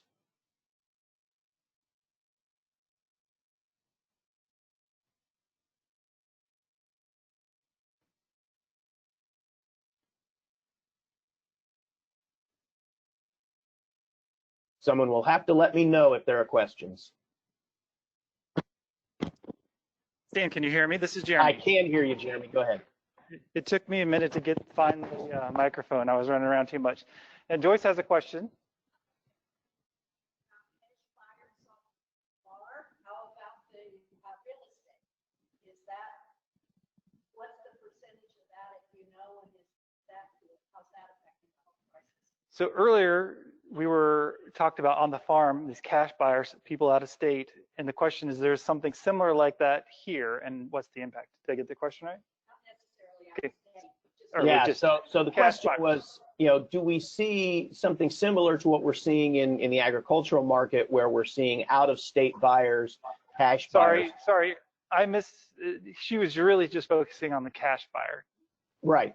So whether it's an out-of-state buyer or an in-state buyer, certainly, what we've seen in the housing market has been this dichotomy of those who are in really, really great financial situation and those who are not very good financial situation. And there's less and less in the middle. And one of the things that's very much true with it being such a strong buyer's market is that as a prospective buyer, if you want to get a home, you've got to be willing to move quickly, and you've got to have an offer that's very attractive to a potential seller. And there's nothing that speaks more than cash, because cash closes. And if you're contingent on getting financing for your property, that throws another potential question mark into the mix for a seller. And so we are seeing cash buyers come into play. A lot of the new home construction are people who have cash and they're able to do it and not have to worry about getting financing for it, at least not initially. They can cover it if they have to, even if they want to get a mortgage. The other thing that we are... do you have a scale of how that's increased? I think that was kind of the second part of that question. I do not. All I have are anecdotal reports of this from realtors. I don't have any hard numbers to report that, but I do hear realtors talking about cash buyers being more prevalent, and certainly they have a bigger, more leverage in the negotiating process than those who have financing. I would also say that at the lower ends of the market, the tight inventories there are really driven largely by investors, and often these investors are cash buyers. They're people who want to buy homes and have them as rental properties. And so that's kept that segment of the market very tight as well. So how much is going into the rental market? How much is going into the rental market?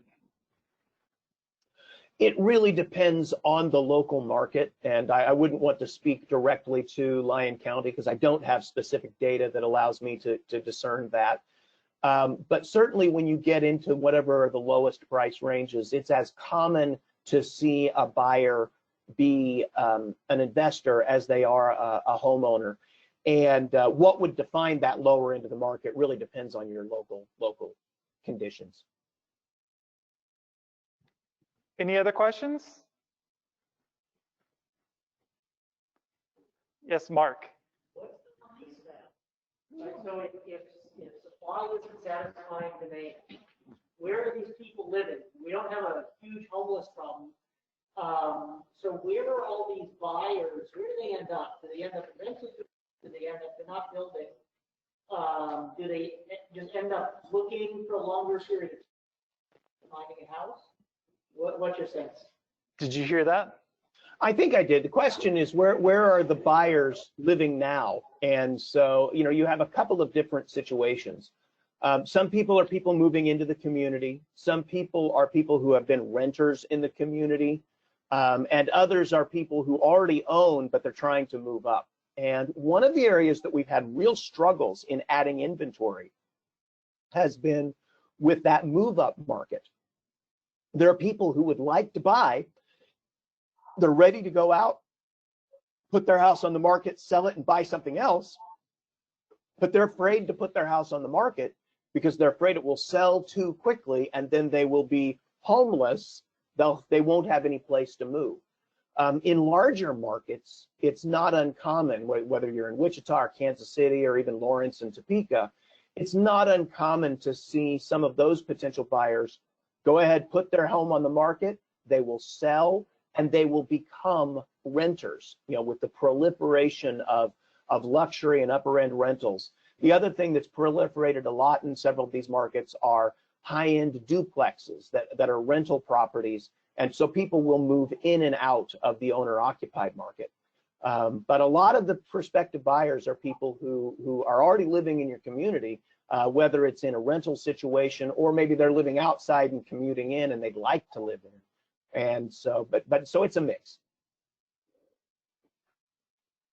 Great. One more question. Repair markets, like if you can't move or you're upgrading your house, is that pushing construction too? Did you hear that? She's talking about the renovation. How much? Repeat it. Really, what's the demand for repair and renovation? Oh, so certainly a significant part of the housing market activity has been a lot of potential sellers have, because of the challenges of finding the next house that they want to move into, have been taking advantage of the extremely low interest rates and construction activity in terms of remodeling and repairs of existing homes, expansions and building on, has taken off as well. And a lot of the lending activity that mortgage lenders are seeing is not just new purchases, but refinancing and often cash out refinancing, where some of that is going back to repair or remodel existing homes. So we're seeing all sorts of activity of that sort. And again, it's a response in part to the really tight inventories of homes available for sale. People going into construction. The question is, have people going into construction because of this? You mean potential buyers? No, I think just labor is what you're talking about. Oh, in the labor market. I'm going to let Jeremy answer that question because he's got a little better finger on the pulse of this. But one thing we did see in the wake of the Great Recession, and one of the challenges was that skilled trades, especially, carpenters and electricians and plumbers and all those that are necessary for home building, a lot of those subcontractors went out of business when the housing market crashed, and they went and moved somewhere else. And those jobs, we've never recovered in those areas. Some of those tend to be highly mobile. They can move around the country to where there are jobs. And since everything is going well everywhere, we have to compete here locally with construction jobs in Texas, for instance. And so that's really causing labor costs to go up quite a bit. Good. I think that's your question was about skilled, so that went there. I think we're good to introduce our next speaker. Thank you very much, Stan. Everyone, you can give a good hand. Thank you. Well, thank you so much. I hope that I get to be there with you in person next year. Have a wonderful rest of your conference. We're glad you got a negative reply. Yes. Well, thank you, Stan. And our last speaker today is also remote, and that is Bekah Selby. She's the assistant professor of the Department of Mathematics and Economics at Emporia State University, and I was glad to hear her last year, and I'm looking forward to her today.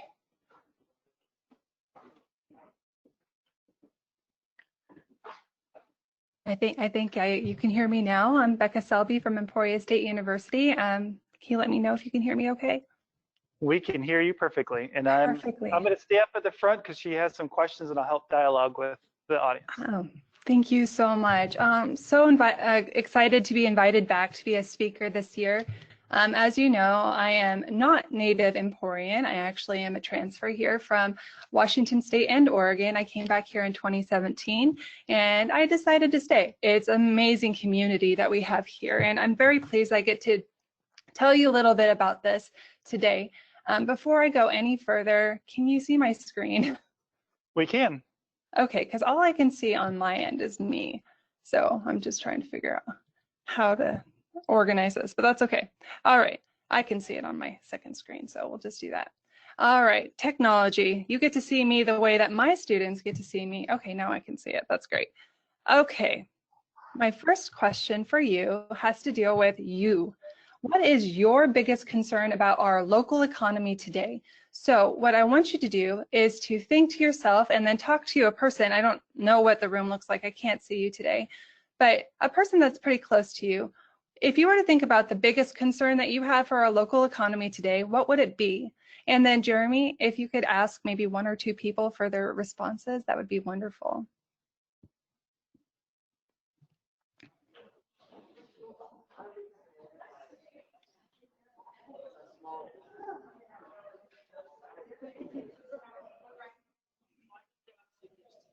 Maybe take about 30 seconds to chat amongst yourselves.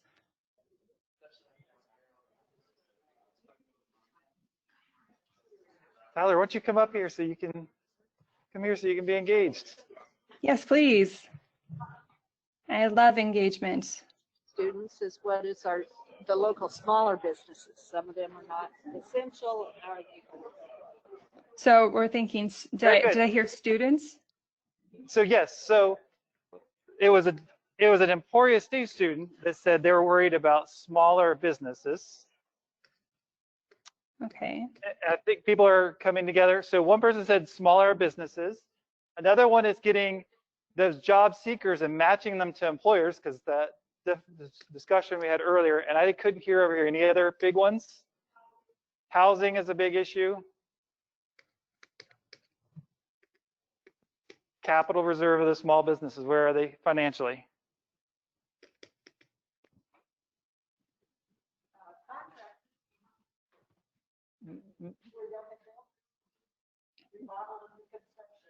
And contractors, people, the skilled labor side of the contractors, right? Is another concern yes. locally. Anything else?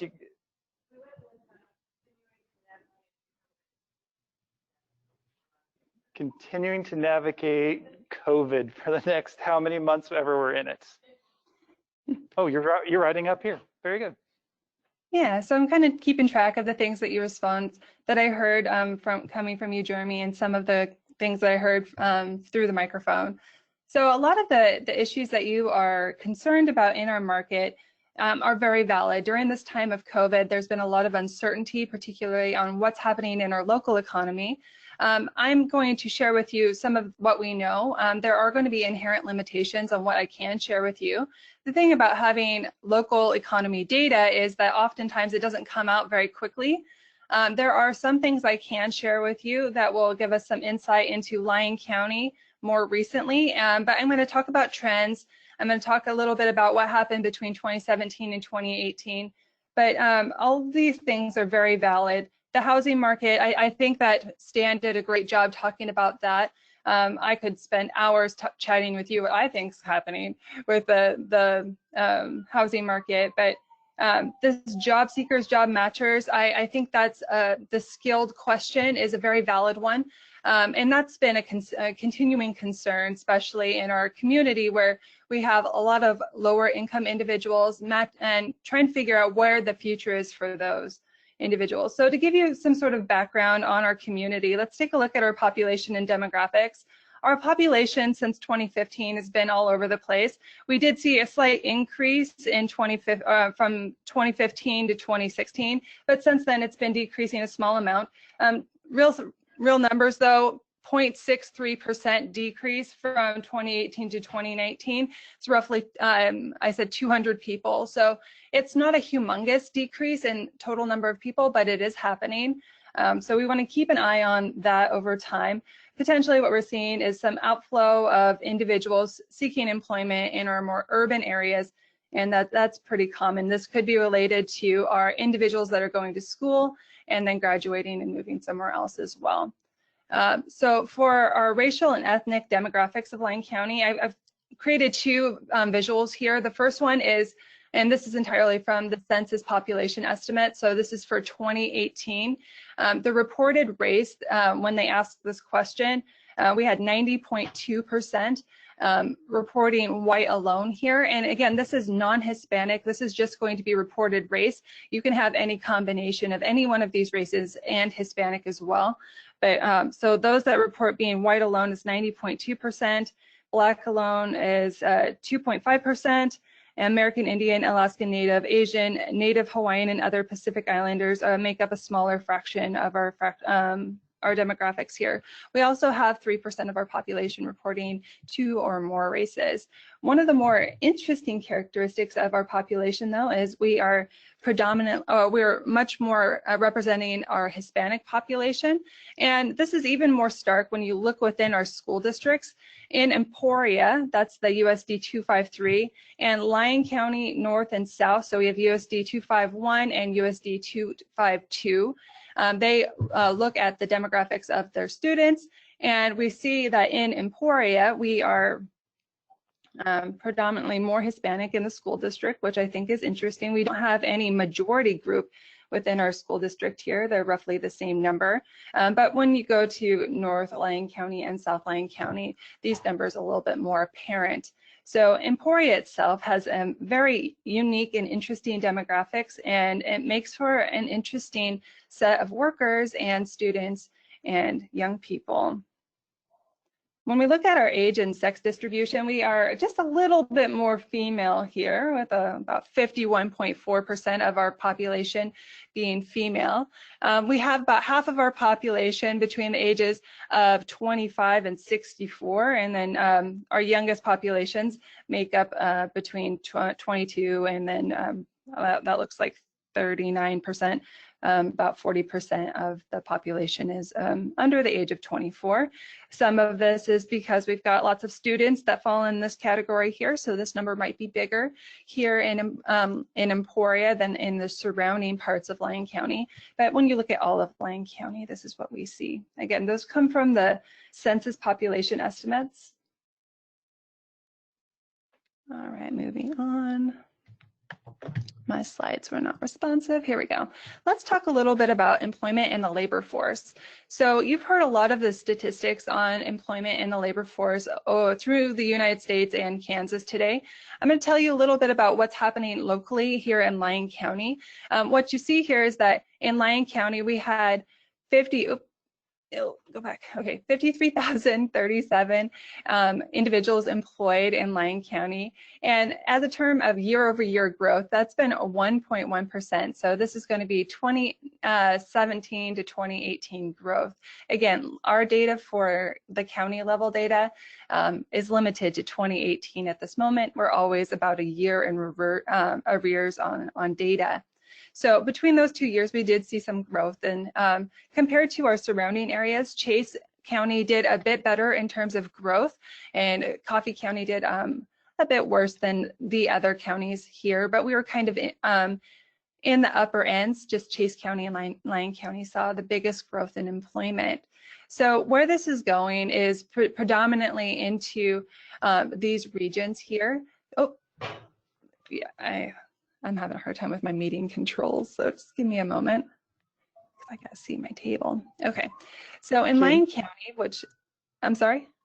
Bekah, you can actually press that orange arrow and it can make those additional controls shrink down to almost nothing. So great, thank you. This is my first time being a presenter and GoToMeeting. It's fabulous, but you know, that's what it is. Okay, let's take a look at Lyon County across our different sectors. So one of our biggest sectors, manufacturing, saw a 6% growth, which is amazing growth in that sector. We did see a bit of decreases in natural resources and mining. You see that the level numbers are actually pretty small here in terms of employment though. So a 9% drop was 7 jobs. We did see a 6% decrease in the employment in construction. But again, in sheer numbers, it's not a huge amount. When we compare it to the surrounding region, the Lyon County is not growing as much in information and as is the surrounding region, which was a 28% growth. So I wanted to speak just briefly a little bit to this because as part of the corporate advisory board, there has been expressed interest in our community for creating something like a tech hub, and that would allow individuals to work in our local community in information and technology, and those jobs would stay locally. So we're not increasing as much there, but we're not decreasing either. We're pretty stagnant, but I could see some potential growth in that area based on the interest I'm seeing from others. We're also seeing a bit of growth in professional and business. Not so much happening in the state government and local government jobs. Those are, and federal government jobs, those are pretty static as well. Our local government jobs do take up a big portion of our employment as well, and they saw just a small growth of 1% there. So for manufacturing, I chose just a couple selected employment measures to show you.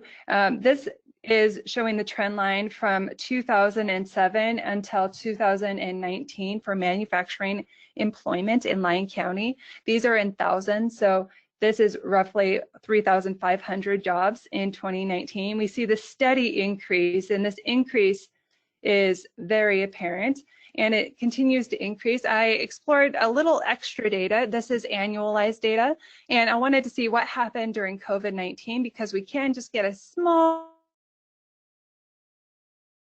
data from the quarterly census on employment and wages. And we did see that there was a bit of an increase here as well from January 20 to March 20. So when we saw this for the entire state, there was a bit of a decrease, a pretty stark decrease due to COVID. Of course, we can only see to March, and the biggest parts of COVID didn't really start affecting us until a little bit later. But leading up until March, we did see a bit of an increase here. If we looked and compared this March 2020 measure to 2019 in March, it's roughly 7.1% higher. So we are seeing continued growth there even into 2020, especially in manufacturing.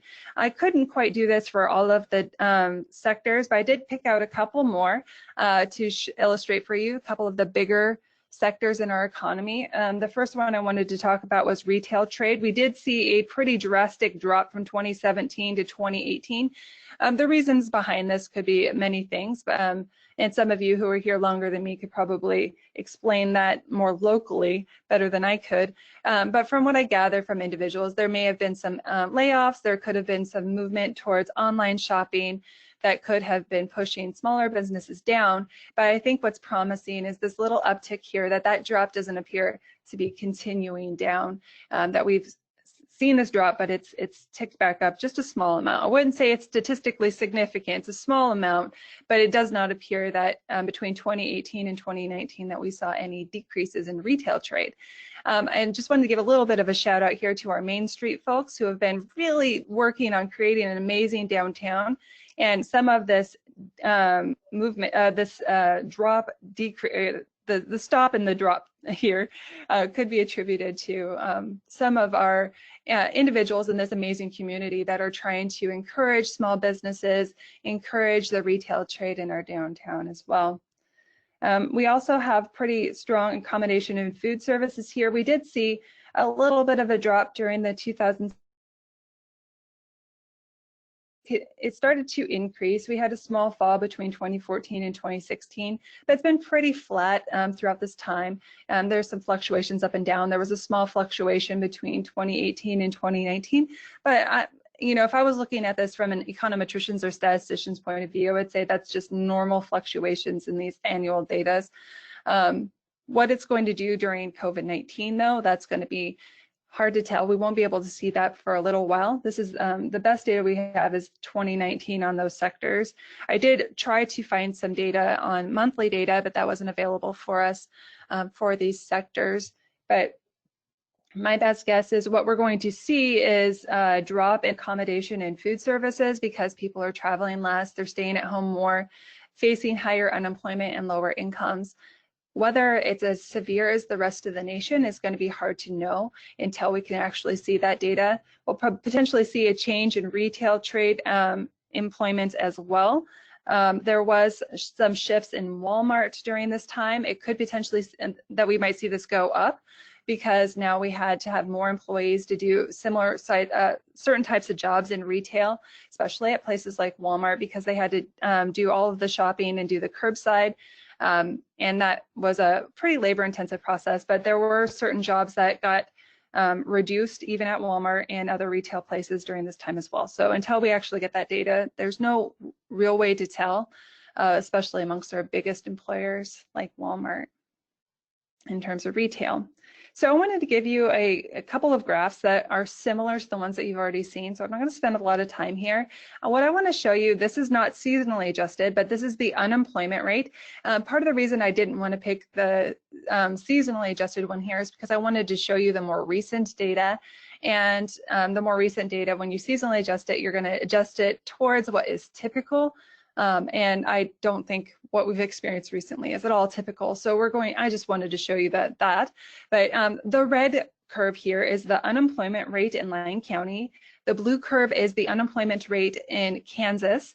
And the black curve is the unemployment rate in the entire United States. You see that we did see this major peak at the end of the last recession, and it's been falling for everyone ever since, except for a bit of a peak here in Lyon County, but it has since returned kind of to the trend of everyone else. But what we did see during the most recent recession due to COVID-19 was a spike in unemployment rates for everyone. We saw that in the United States it peaked and it was very severe. Kansas was a little less severe. We saw this earlier, but I wanted to share this with you because I thought it was very interesting.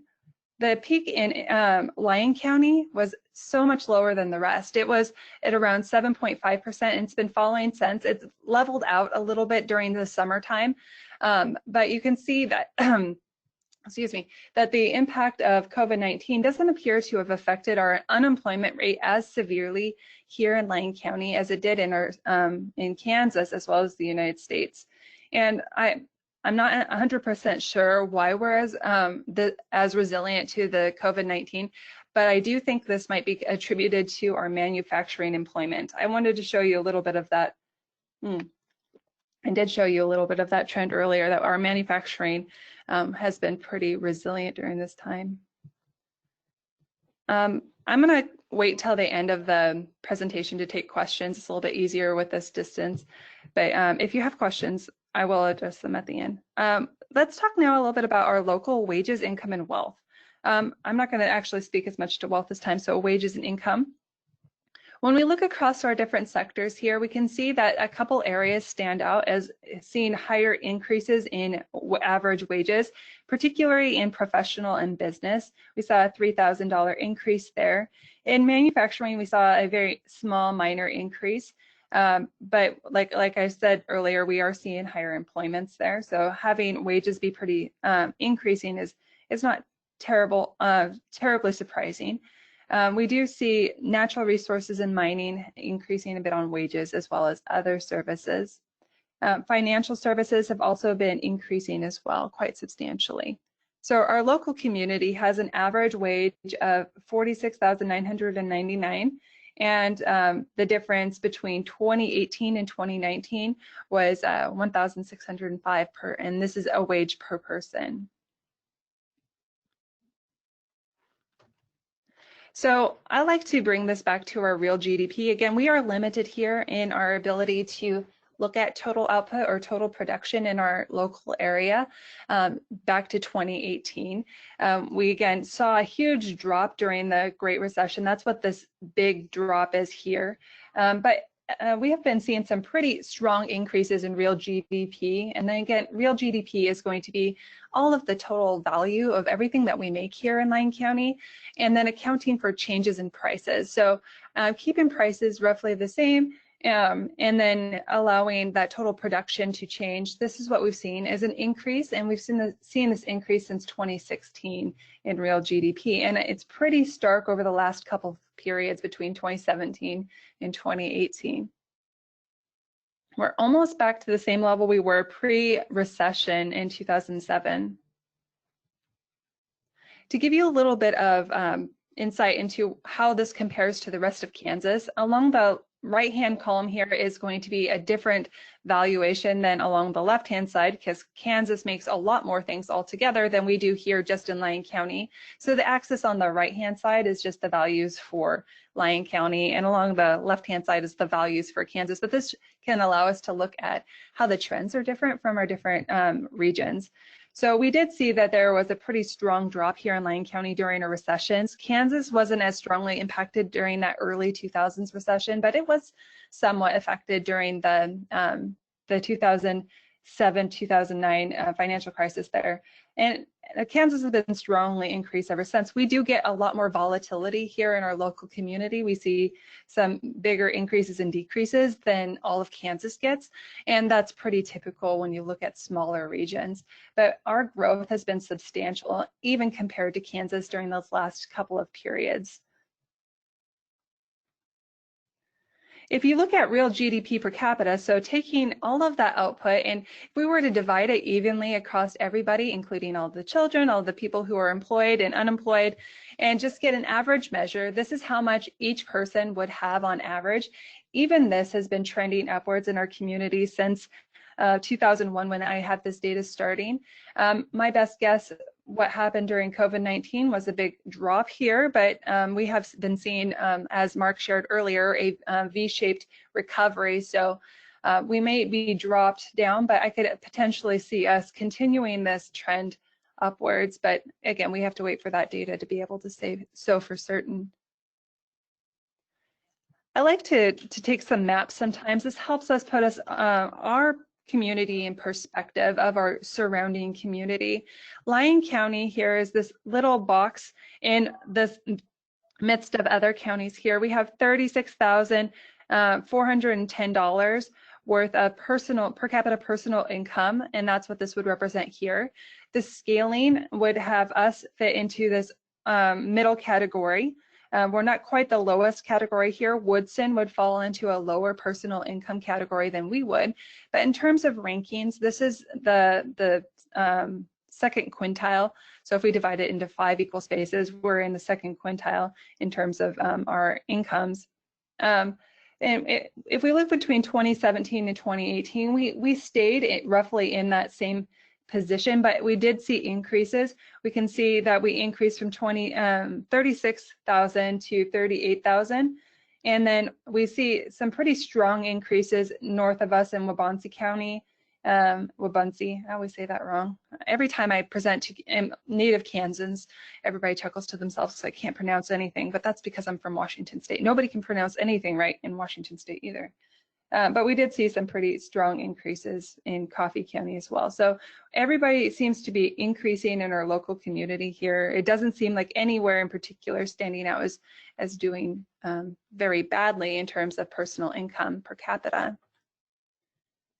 That's only one way to measure our overall incomes in our area. Another way to look at this is if we were to line up everybody from the least amount of income to the highest amount of income per family, or per household in this case. You would have the poorest households up to the highest households. And then you would look at the household that's directly in the middle. So half of the households would be above them and half of the households would be below them. And we would track that person over time, or that household over time. The median household income has been trending upwards and pretty severely. We did see an increase between 2017 and 2018. It wasn't as strong as the increase between 2015 and 2017, but it was still trending in that same direction. Again, with COVID-19, it's potential for this to come back down, as we saw with the rest of the nation. But this is indicating to me that our local economy has been doing very good, even though we do fall lower in the rankings in terms of our local community, especially on that GDP per capita. Our median household incomes increasing at this rate is pretty promising for our community. You know, but looking at that middle person doesn't really allow us to think about our most vulnerable people in our area. So I also like to take a look at those that are in poverty to try to get a measure of those at the bottom end of our incomes. And so if we look at the tail end, and there's a couple of different ways to measure this, so I'm going to show you two. The first one is going to be the fraction of all people who are ages 0 to 17, so children who are in poverty. And I'm going to again compare our communities here. Lyon County falls in kind of a lower end to high, or middle to higher end in terms of poverty rates.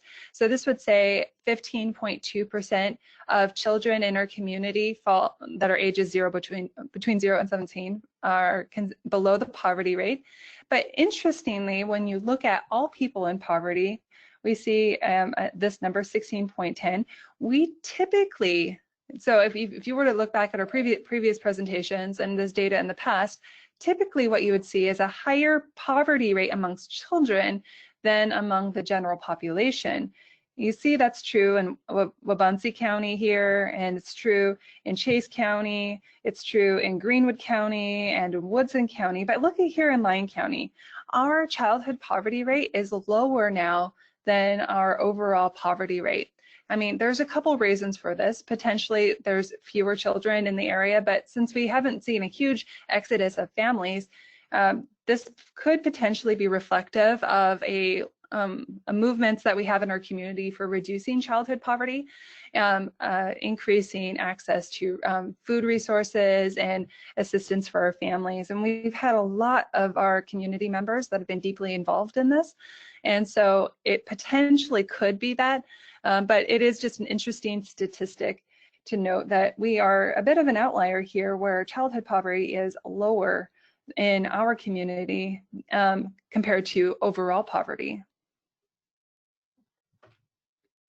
And we can also take a look at poverty by looking at the number of students receiving free and reduced lunch. This is going to be a certain fraction of individuals who qualify and receive it. You'll see Lyon County, if we compare it to our local community, is a bit high, especially here in 2009, where we had about 60% of our students receiving free and reduced lunch. If you follow our trend here in Lyon County, we see that it increased and up until about 2013, in which we've started to see a decrease. Now we are lower in 2019 than we were back in 2009. And compared to our surrounding communities, we're no longer the number one. Here over in Greenwood County, they have a higher fraction in that category now. So Lyon County has been doing quite a bit of this, but I do know Greenwood County has been making a lot of efforts to reduce childhood poverty as well. But this is a very promising statistic as well, to see that trending downward. So CEDBR did put together a really interesting new statistic I wanted to share with you called the Wealthy and Wise Index. And this is one way that we could get some insight into how healthy our individuals are in our local community, how wealthy we are, so how much income inequality is there, how much income do we have, how much poverty we have, and also how wise are we, so how much education do we have. And so in order to create these statistics, what they did was they gathered data on low birth weights. So they would look at birth certificates and see what was the weight and look at and create a fraction of how many of those were actually considered low birth weight, statistically speaking. Then we would also have a count of those who reported their health as poor or fair, which is the lower end of a health measure, which would have excellent and very healthy on the other end, and then also uninsured. So this index would take those values and then create weights on them. So they're going to put 1/3 weight on this data that we gather for birth weights, 1/3 weight on those for our poor and fair health, and 1/3 on uninsured. So if we have a community that's fairly healthy and has fairly high birth weights, but we have a really high amount of people who are uninsured, this statistic could potentially be pretty high. Likewise, if we had pretty healthy people with insurance, but we had a lot of low birth weights, this could raise or change the statistic as well. And what they're going to do is to create a ranking amongst the counties in terms of this index. And then the Wealthy Wise does something similar, but this time with income inequality as measured through the Gini index, and then household income and poverty rates. And so for the WISE index, they use less than high school and bachelor's or greater. So those who have not completed high school and those who got a 4-year degree or more, and they'll put a 1/2 weight on each of those. So higher rankings are going to imply that they are healthier, wealthier, or wiser. So let's take a look at the first one. Actually, no, they put them all together first. I'm sorry, I got my slides mixed up. When they put them all together and create a ranking between 1 and 105, I think it's 105. Yes. Lyon County, yes. Lyon County ranks at 93, so 105 is down here. So altogether, we don't rank particularly high on healthy, wealthy, and wise rankings. We see down in this corner, we have a pocket, and down in this corner here, there's a bit of a pocket of lower rankings as well, with the higher rankings up in the northeastern corner. I sound a little bit like a weatherman right now. So what does this look like within each of those individual rankings? So let's take a look at our healthy ranking first. We're going to compare the ranking for Lyon County in 2015 to 2020. Now, out of the 105 counties, Lyon County ranked at 82 in 2015 in terms of healthy. So again, 1 being the healthiest and 105 being the least healthy. And in 2020, we ranked at 99. So we actually moved down quite a bit here from 82 to 99, but it's still within a 30-point range. So that's why we're in this black color here. Those who increased are in yellow. So Allen, Anderson, Bourbon, Chase, Allen, oh yeah, those ones. Also an increase, they moved upwards by at least 20. And we didn't see any counties in this list that decreased by more than 20 points in that ranking. So we did see a fall. Again, if we go back to this, that could be in terms of any of those measures there, the birth weights, the poor, fair health, or uninsured. I'll have to get some insight from Jeremy to identify why, but that's what we saw here. In terms of wealthy, we in 2015, we ranked 97 out of 105. And in 2020, we actually moved up 4 points up to 93, but we're still ranking amongst the lowest in terms of wealthy rankings here. But that movement upwards is a good sign, I think. And our WISE rankings, we fall about halfway down. We were 50 out of the 105 counties in 2015 and moved actually down a little bit here to 53 in 2020. So in terms of healthy, wealthy, and wise, we tend to rank higher on the wise rankings. That means that we're having more individuals in our community that are getting a bachelor's or degree and higher, or less people that are dropping out of high school.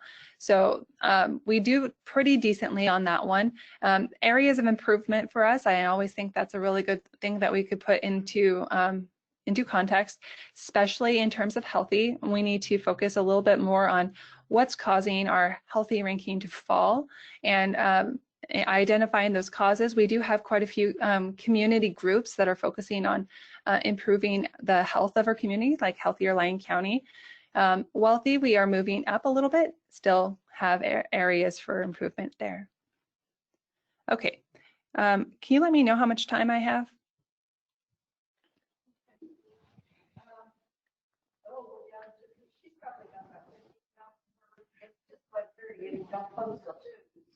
So I think you're over time, but we still have time in the day. So if you have a few more slides, you can Sure. do that. There might be a question or two, then we can go. So absolutely. Yeah. Okay. I'll go through this really quickly. I really wanted to talk a little bit about COVID-19 locally, but I put this at the end just in case I didn't have time. I'm glad I did. I got through everything else. You've probably seen graphs like this every day of your life ever since COVID-19 started. So this has been our trend line from the Lyon County Public Health. Total number of cases when I checked it in 10/12 was 1,154. This is the total number of cases, but below that they have the total number recovered. So you see we're steadily recovering. The total number of new cases per day is also an interesting statistic. There was a study done by the BLS using the current employment statistics, and I grabbed these figures from that study because I thought they were very illuminating. So one of the main questions that I had going into creating this presentation was, what was the impact of COVID-19 on our different sectors? And I got a little bit of data, but I wasn't very successful because the data is pretty limited. But the BLS did present some of these figures. If you take a look here in the middle in Kansas, we can see some little points here, and they're typically on the lower or higher end on these. We did see that there were some communities in retail trade that actually saw a bit of an increase from February to June 2020 in terms of retail trade. But I really wanted to show you, compared to the rest of the nation, how we're doing. Here, we are doing pretty good, if you especially compare this to the Northeast up here. Our communities in Kansas and the Midwest, in terms of retail trade, seems to be doing substantially better in terms of employment. We are actually, in some places, increasing employment during that time in retail. In terms of manufacturing, the rest of the country seems to have been really hit hard in manufacturing. You see lots of these dark green dots here, which is that employment decreased by 10% or more. And here in Kansas, again, we're in this range here, where we even saw some increases. It's a bit interesting that we got to see that, and I thought that was a bit illuminating. There's something resilient about perhaps the manufacturing in our communities. Again, this is not Lyon County, this is just out of some metropolitan areas, but just to point that out, that Kansas metropolitan areas tend to do a little bit better. So to end this, I wanted to share something with you about a little bit of research that went on with the study, but might apply to our community. So if we're trying to figure out how this affects us, one of the things that I want you to think about is, do you think that Lyon County itself was particularly hard hit by COVID? So does anybody in the room think that we were hard hit, that it was particularly bad here compared to other places, especially compared to our surrounding regions? I see heads shaking no. I don't see any heads shaking yes. Okay.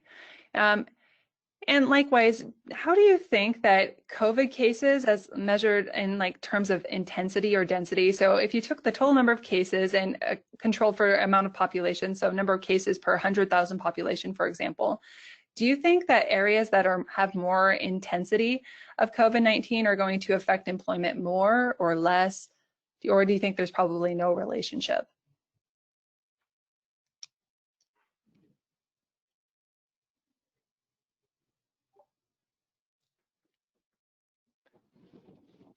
I heard it has to, but I'm not. I think everyone's a little bewildered by the complexity of that question there and how to interpret that one. Okay, so when we think about the intensity of COVID, when we think about a small community, imagine that we take Emporia, which has roughly 33,000 individuals in it, and we had a lot of COVID cases in this small community. This statistic, number of COVID cases per 100,000 population, would be pretty high, even if the actual number of cases were pretty low. So if a small community had relatively more as a fraction of total population, do you think a community like that one would have a bigger impact on total employment than a community maybe the size of New York City, but had relatively less density of COVID cases?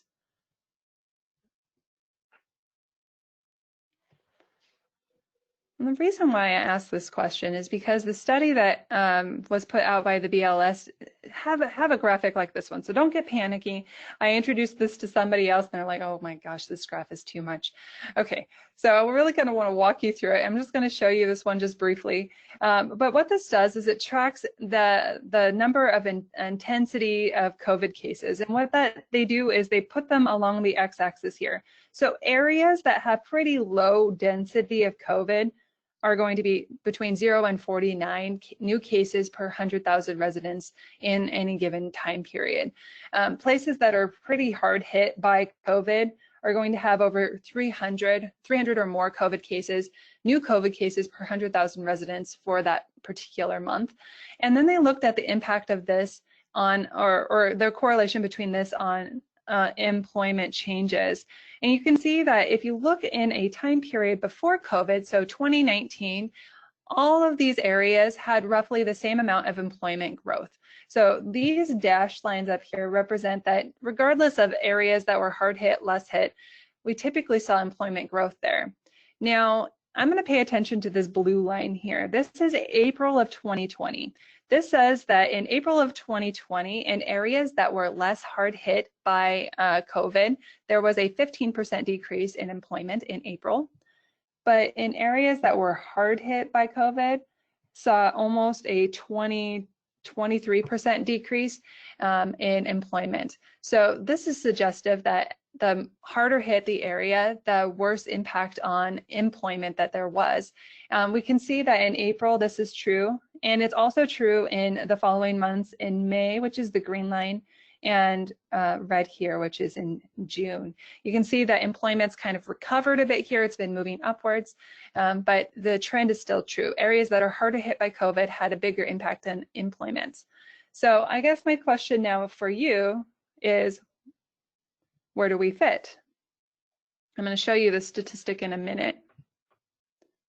We fit here in September. We had 22.9 new cases per 100,000 population. So if this trend continues to exist, you can see that even at our peak here, we're at 22.9. So everywhere below that, we had less new cases per 100,000 population.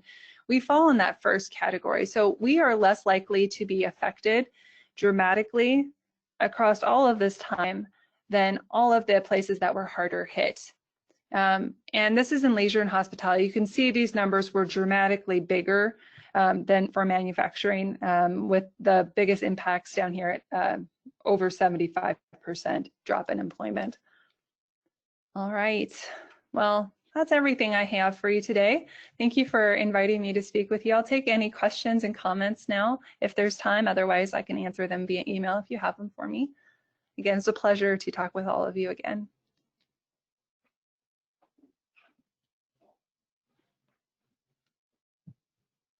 It doesn't look like there's any questions. Are there any other questions for Marc? I know he still had lots of things to share too.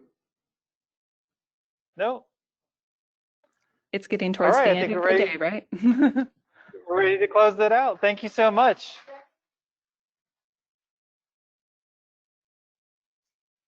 Thank you so much. I'm glad you're staying in Emporia. You're a good addition.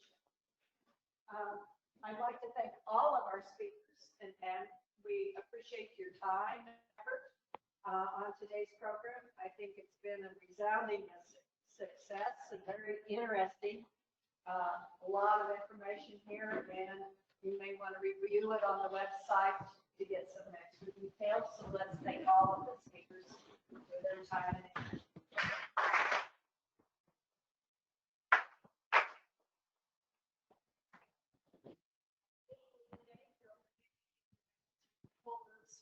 As you go out, whichever door. Thank you. Have a good day.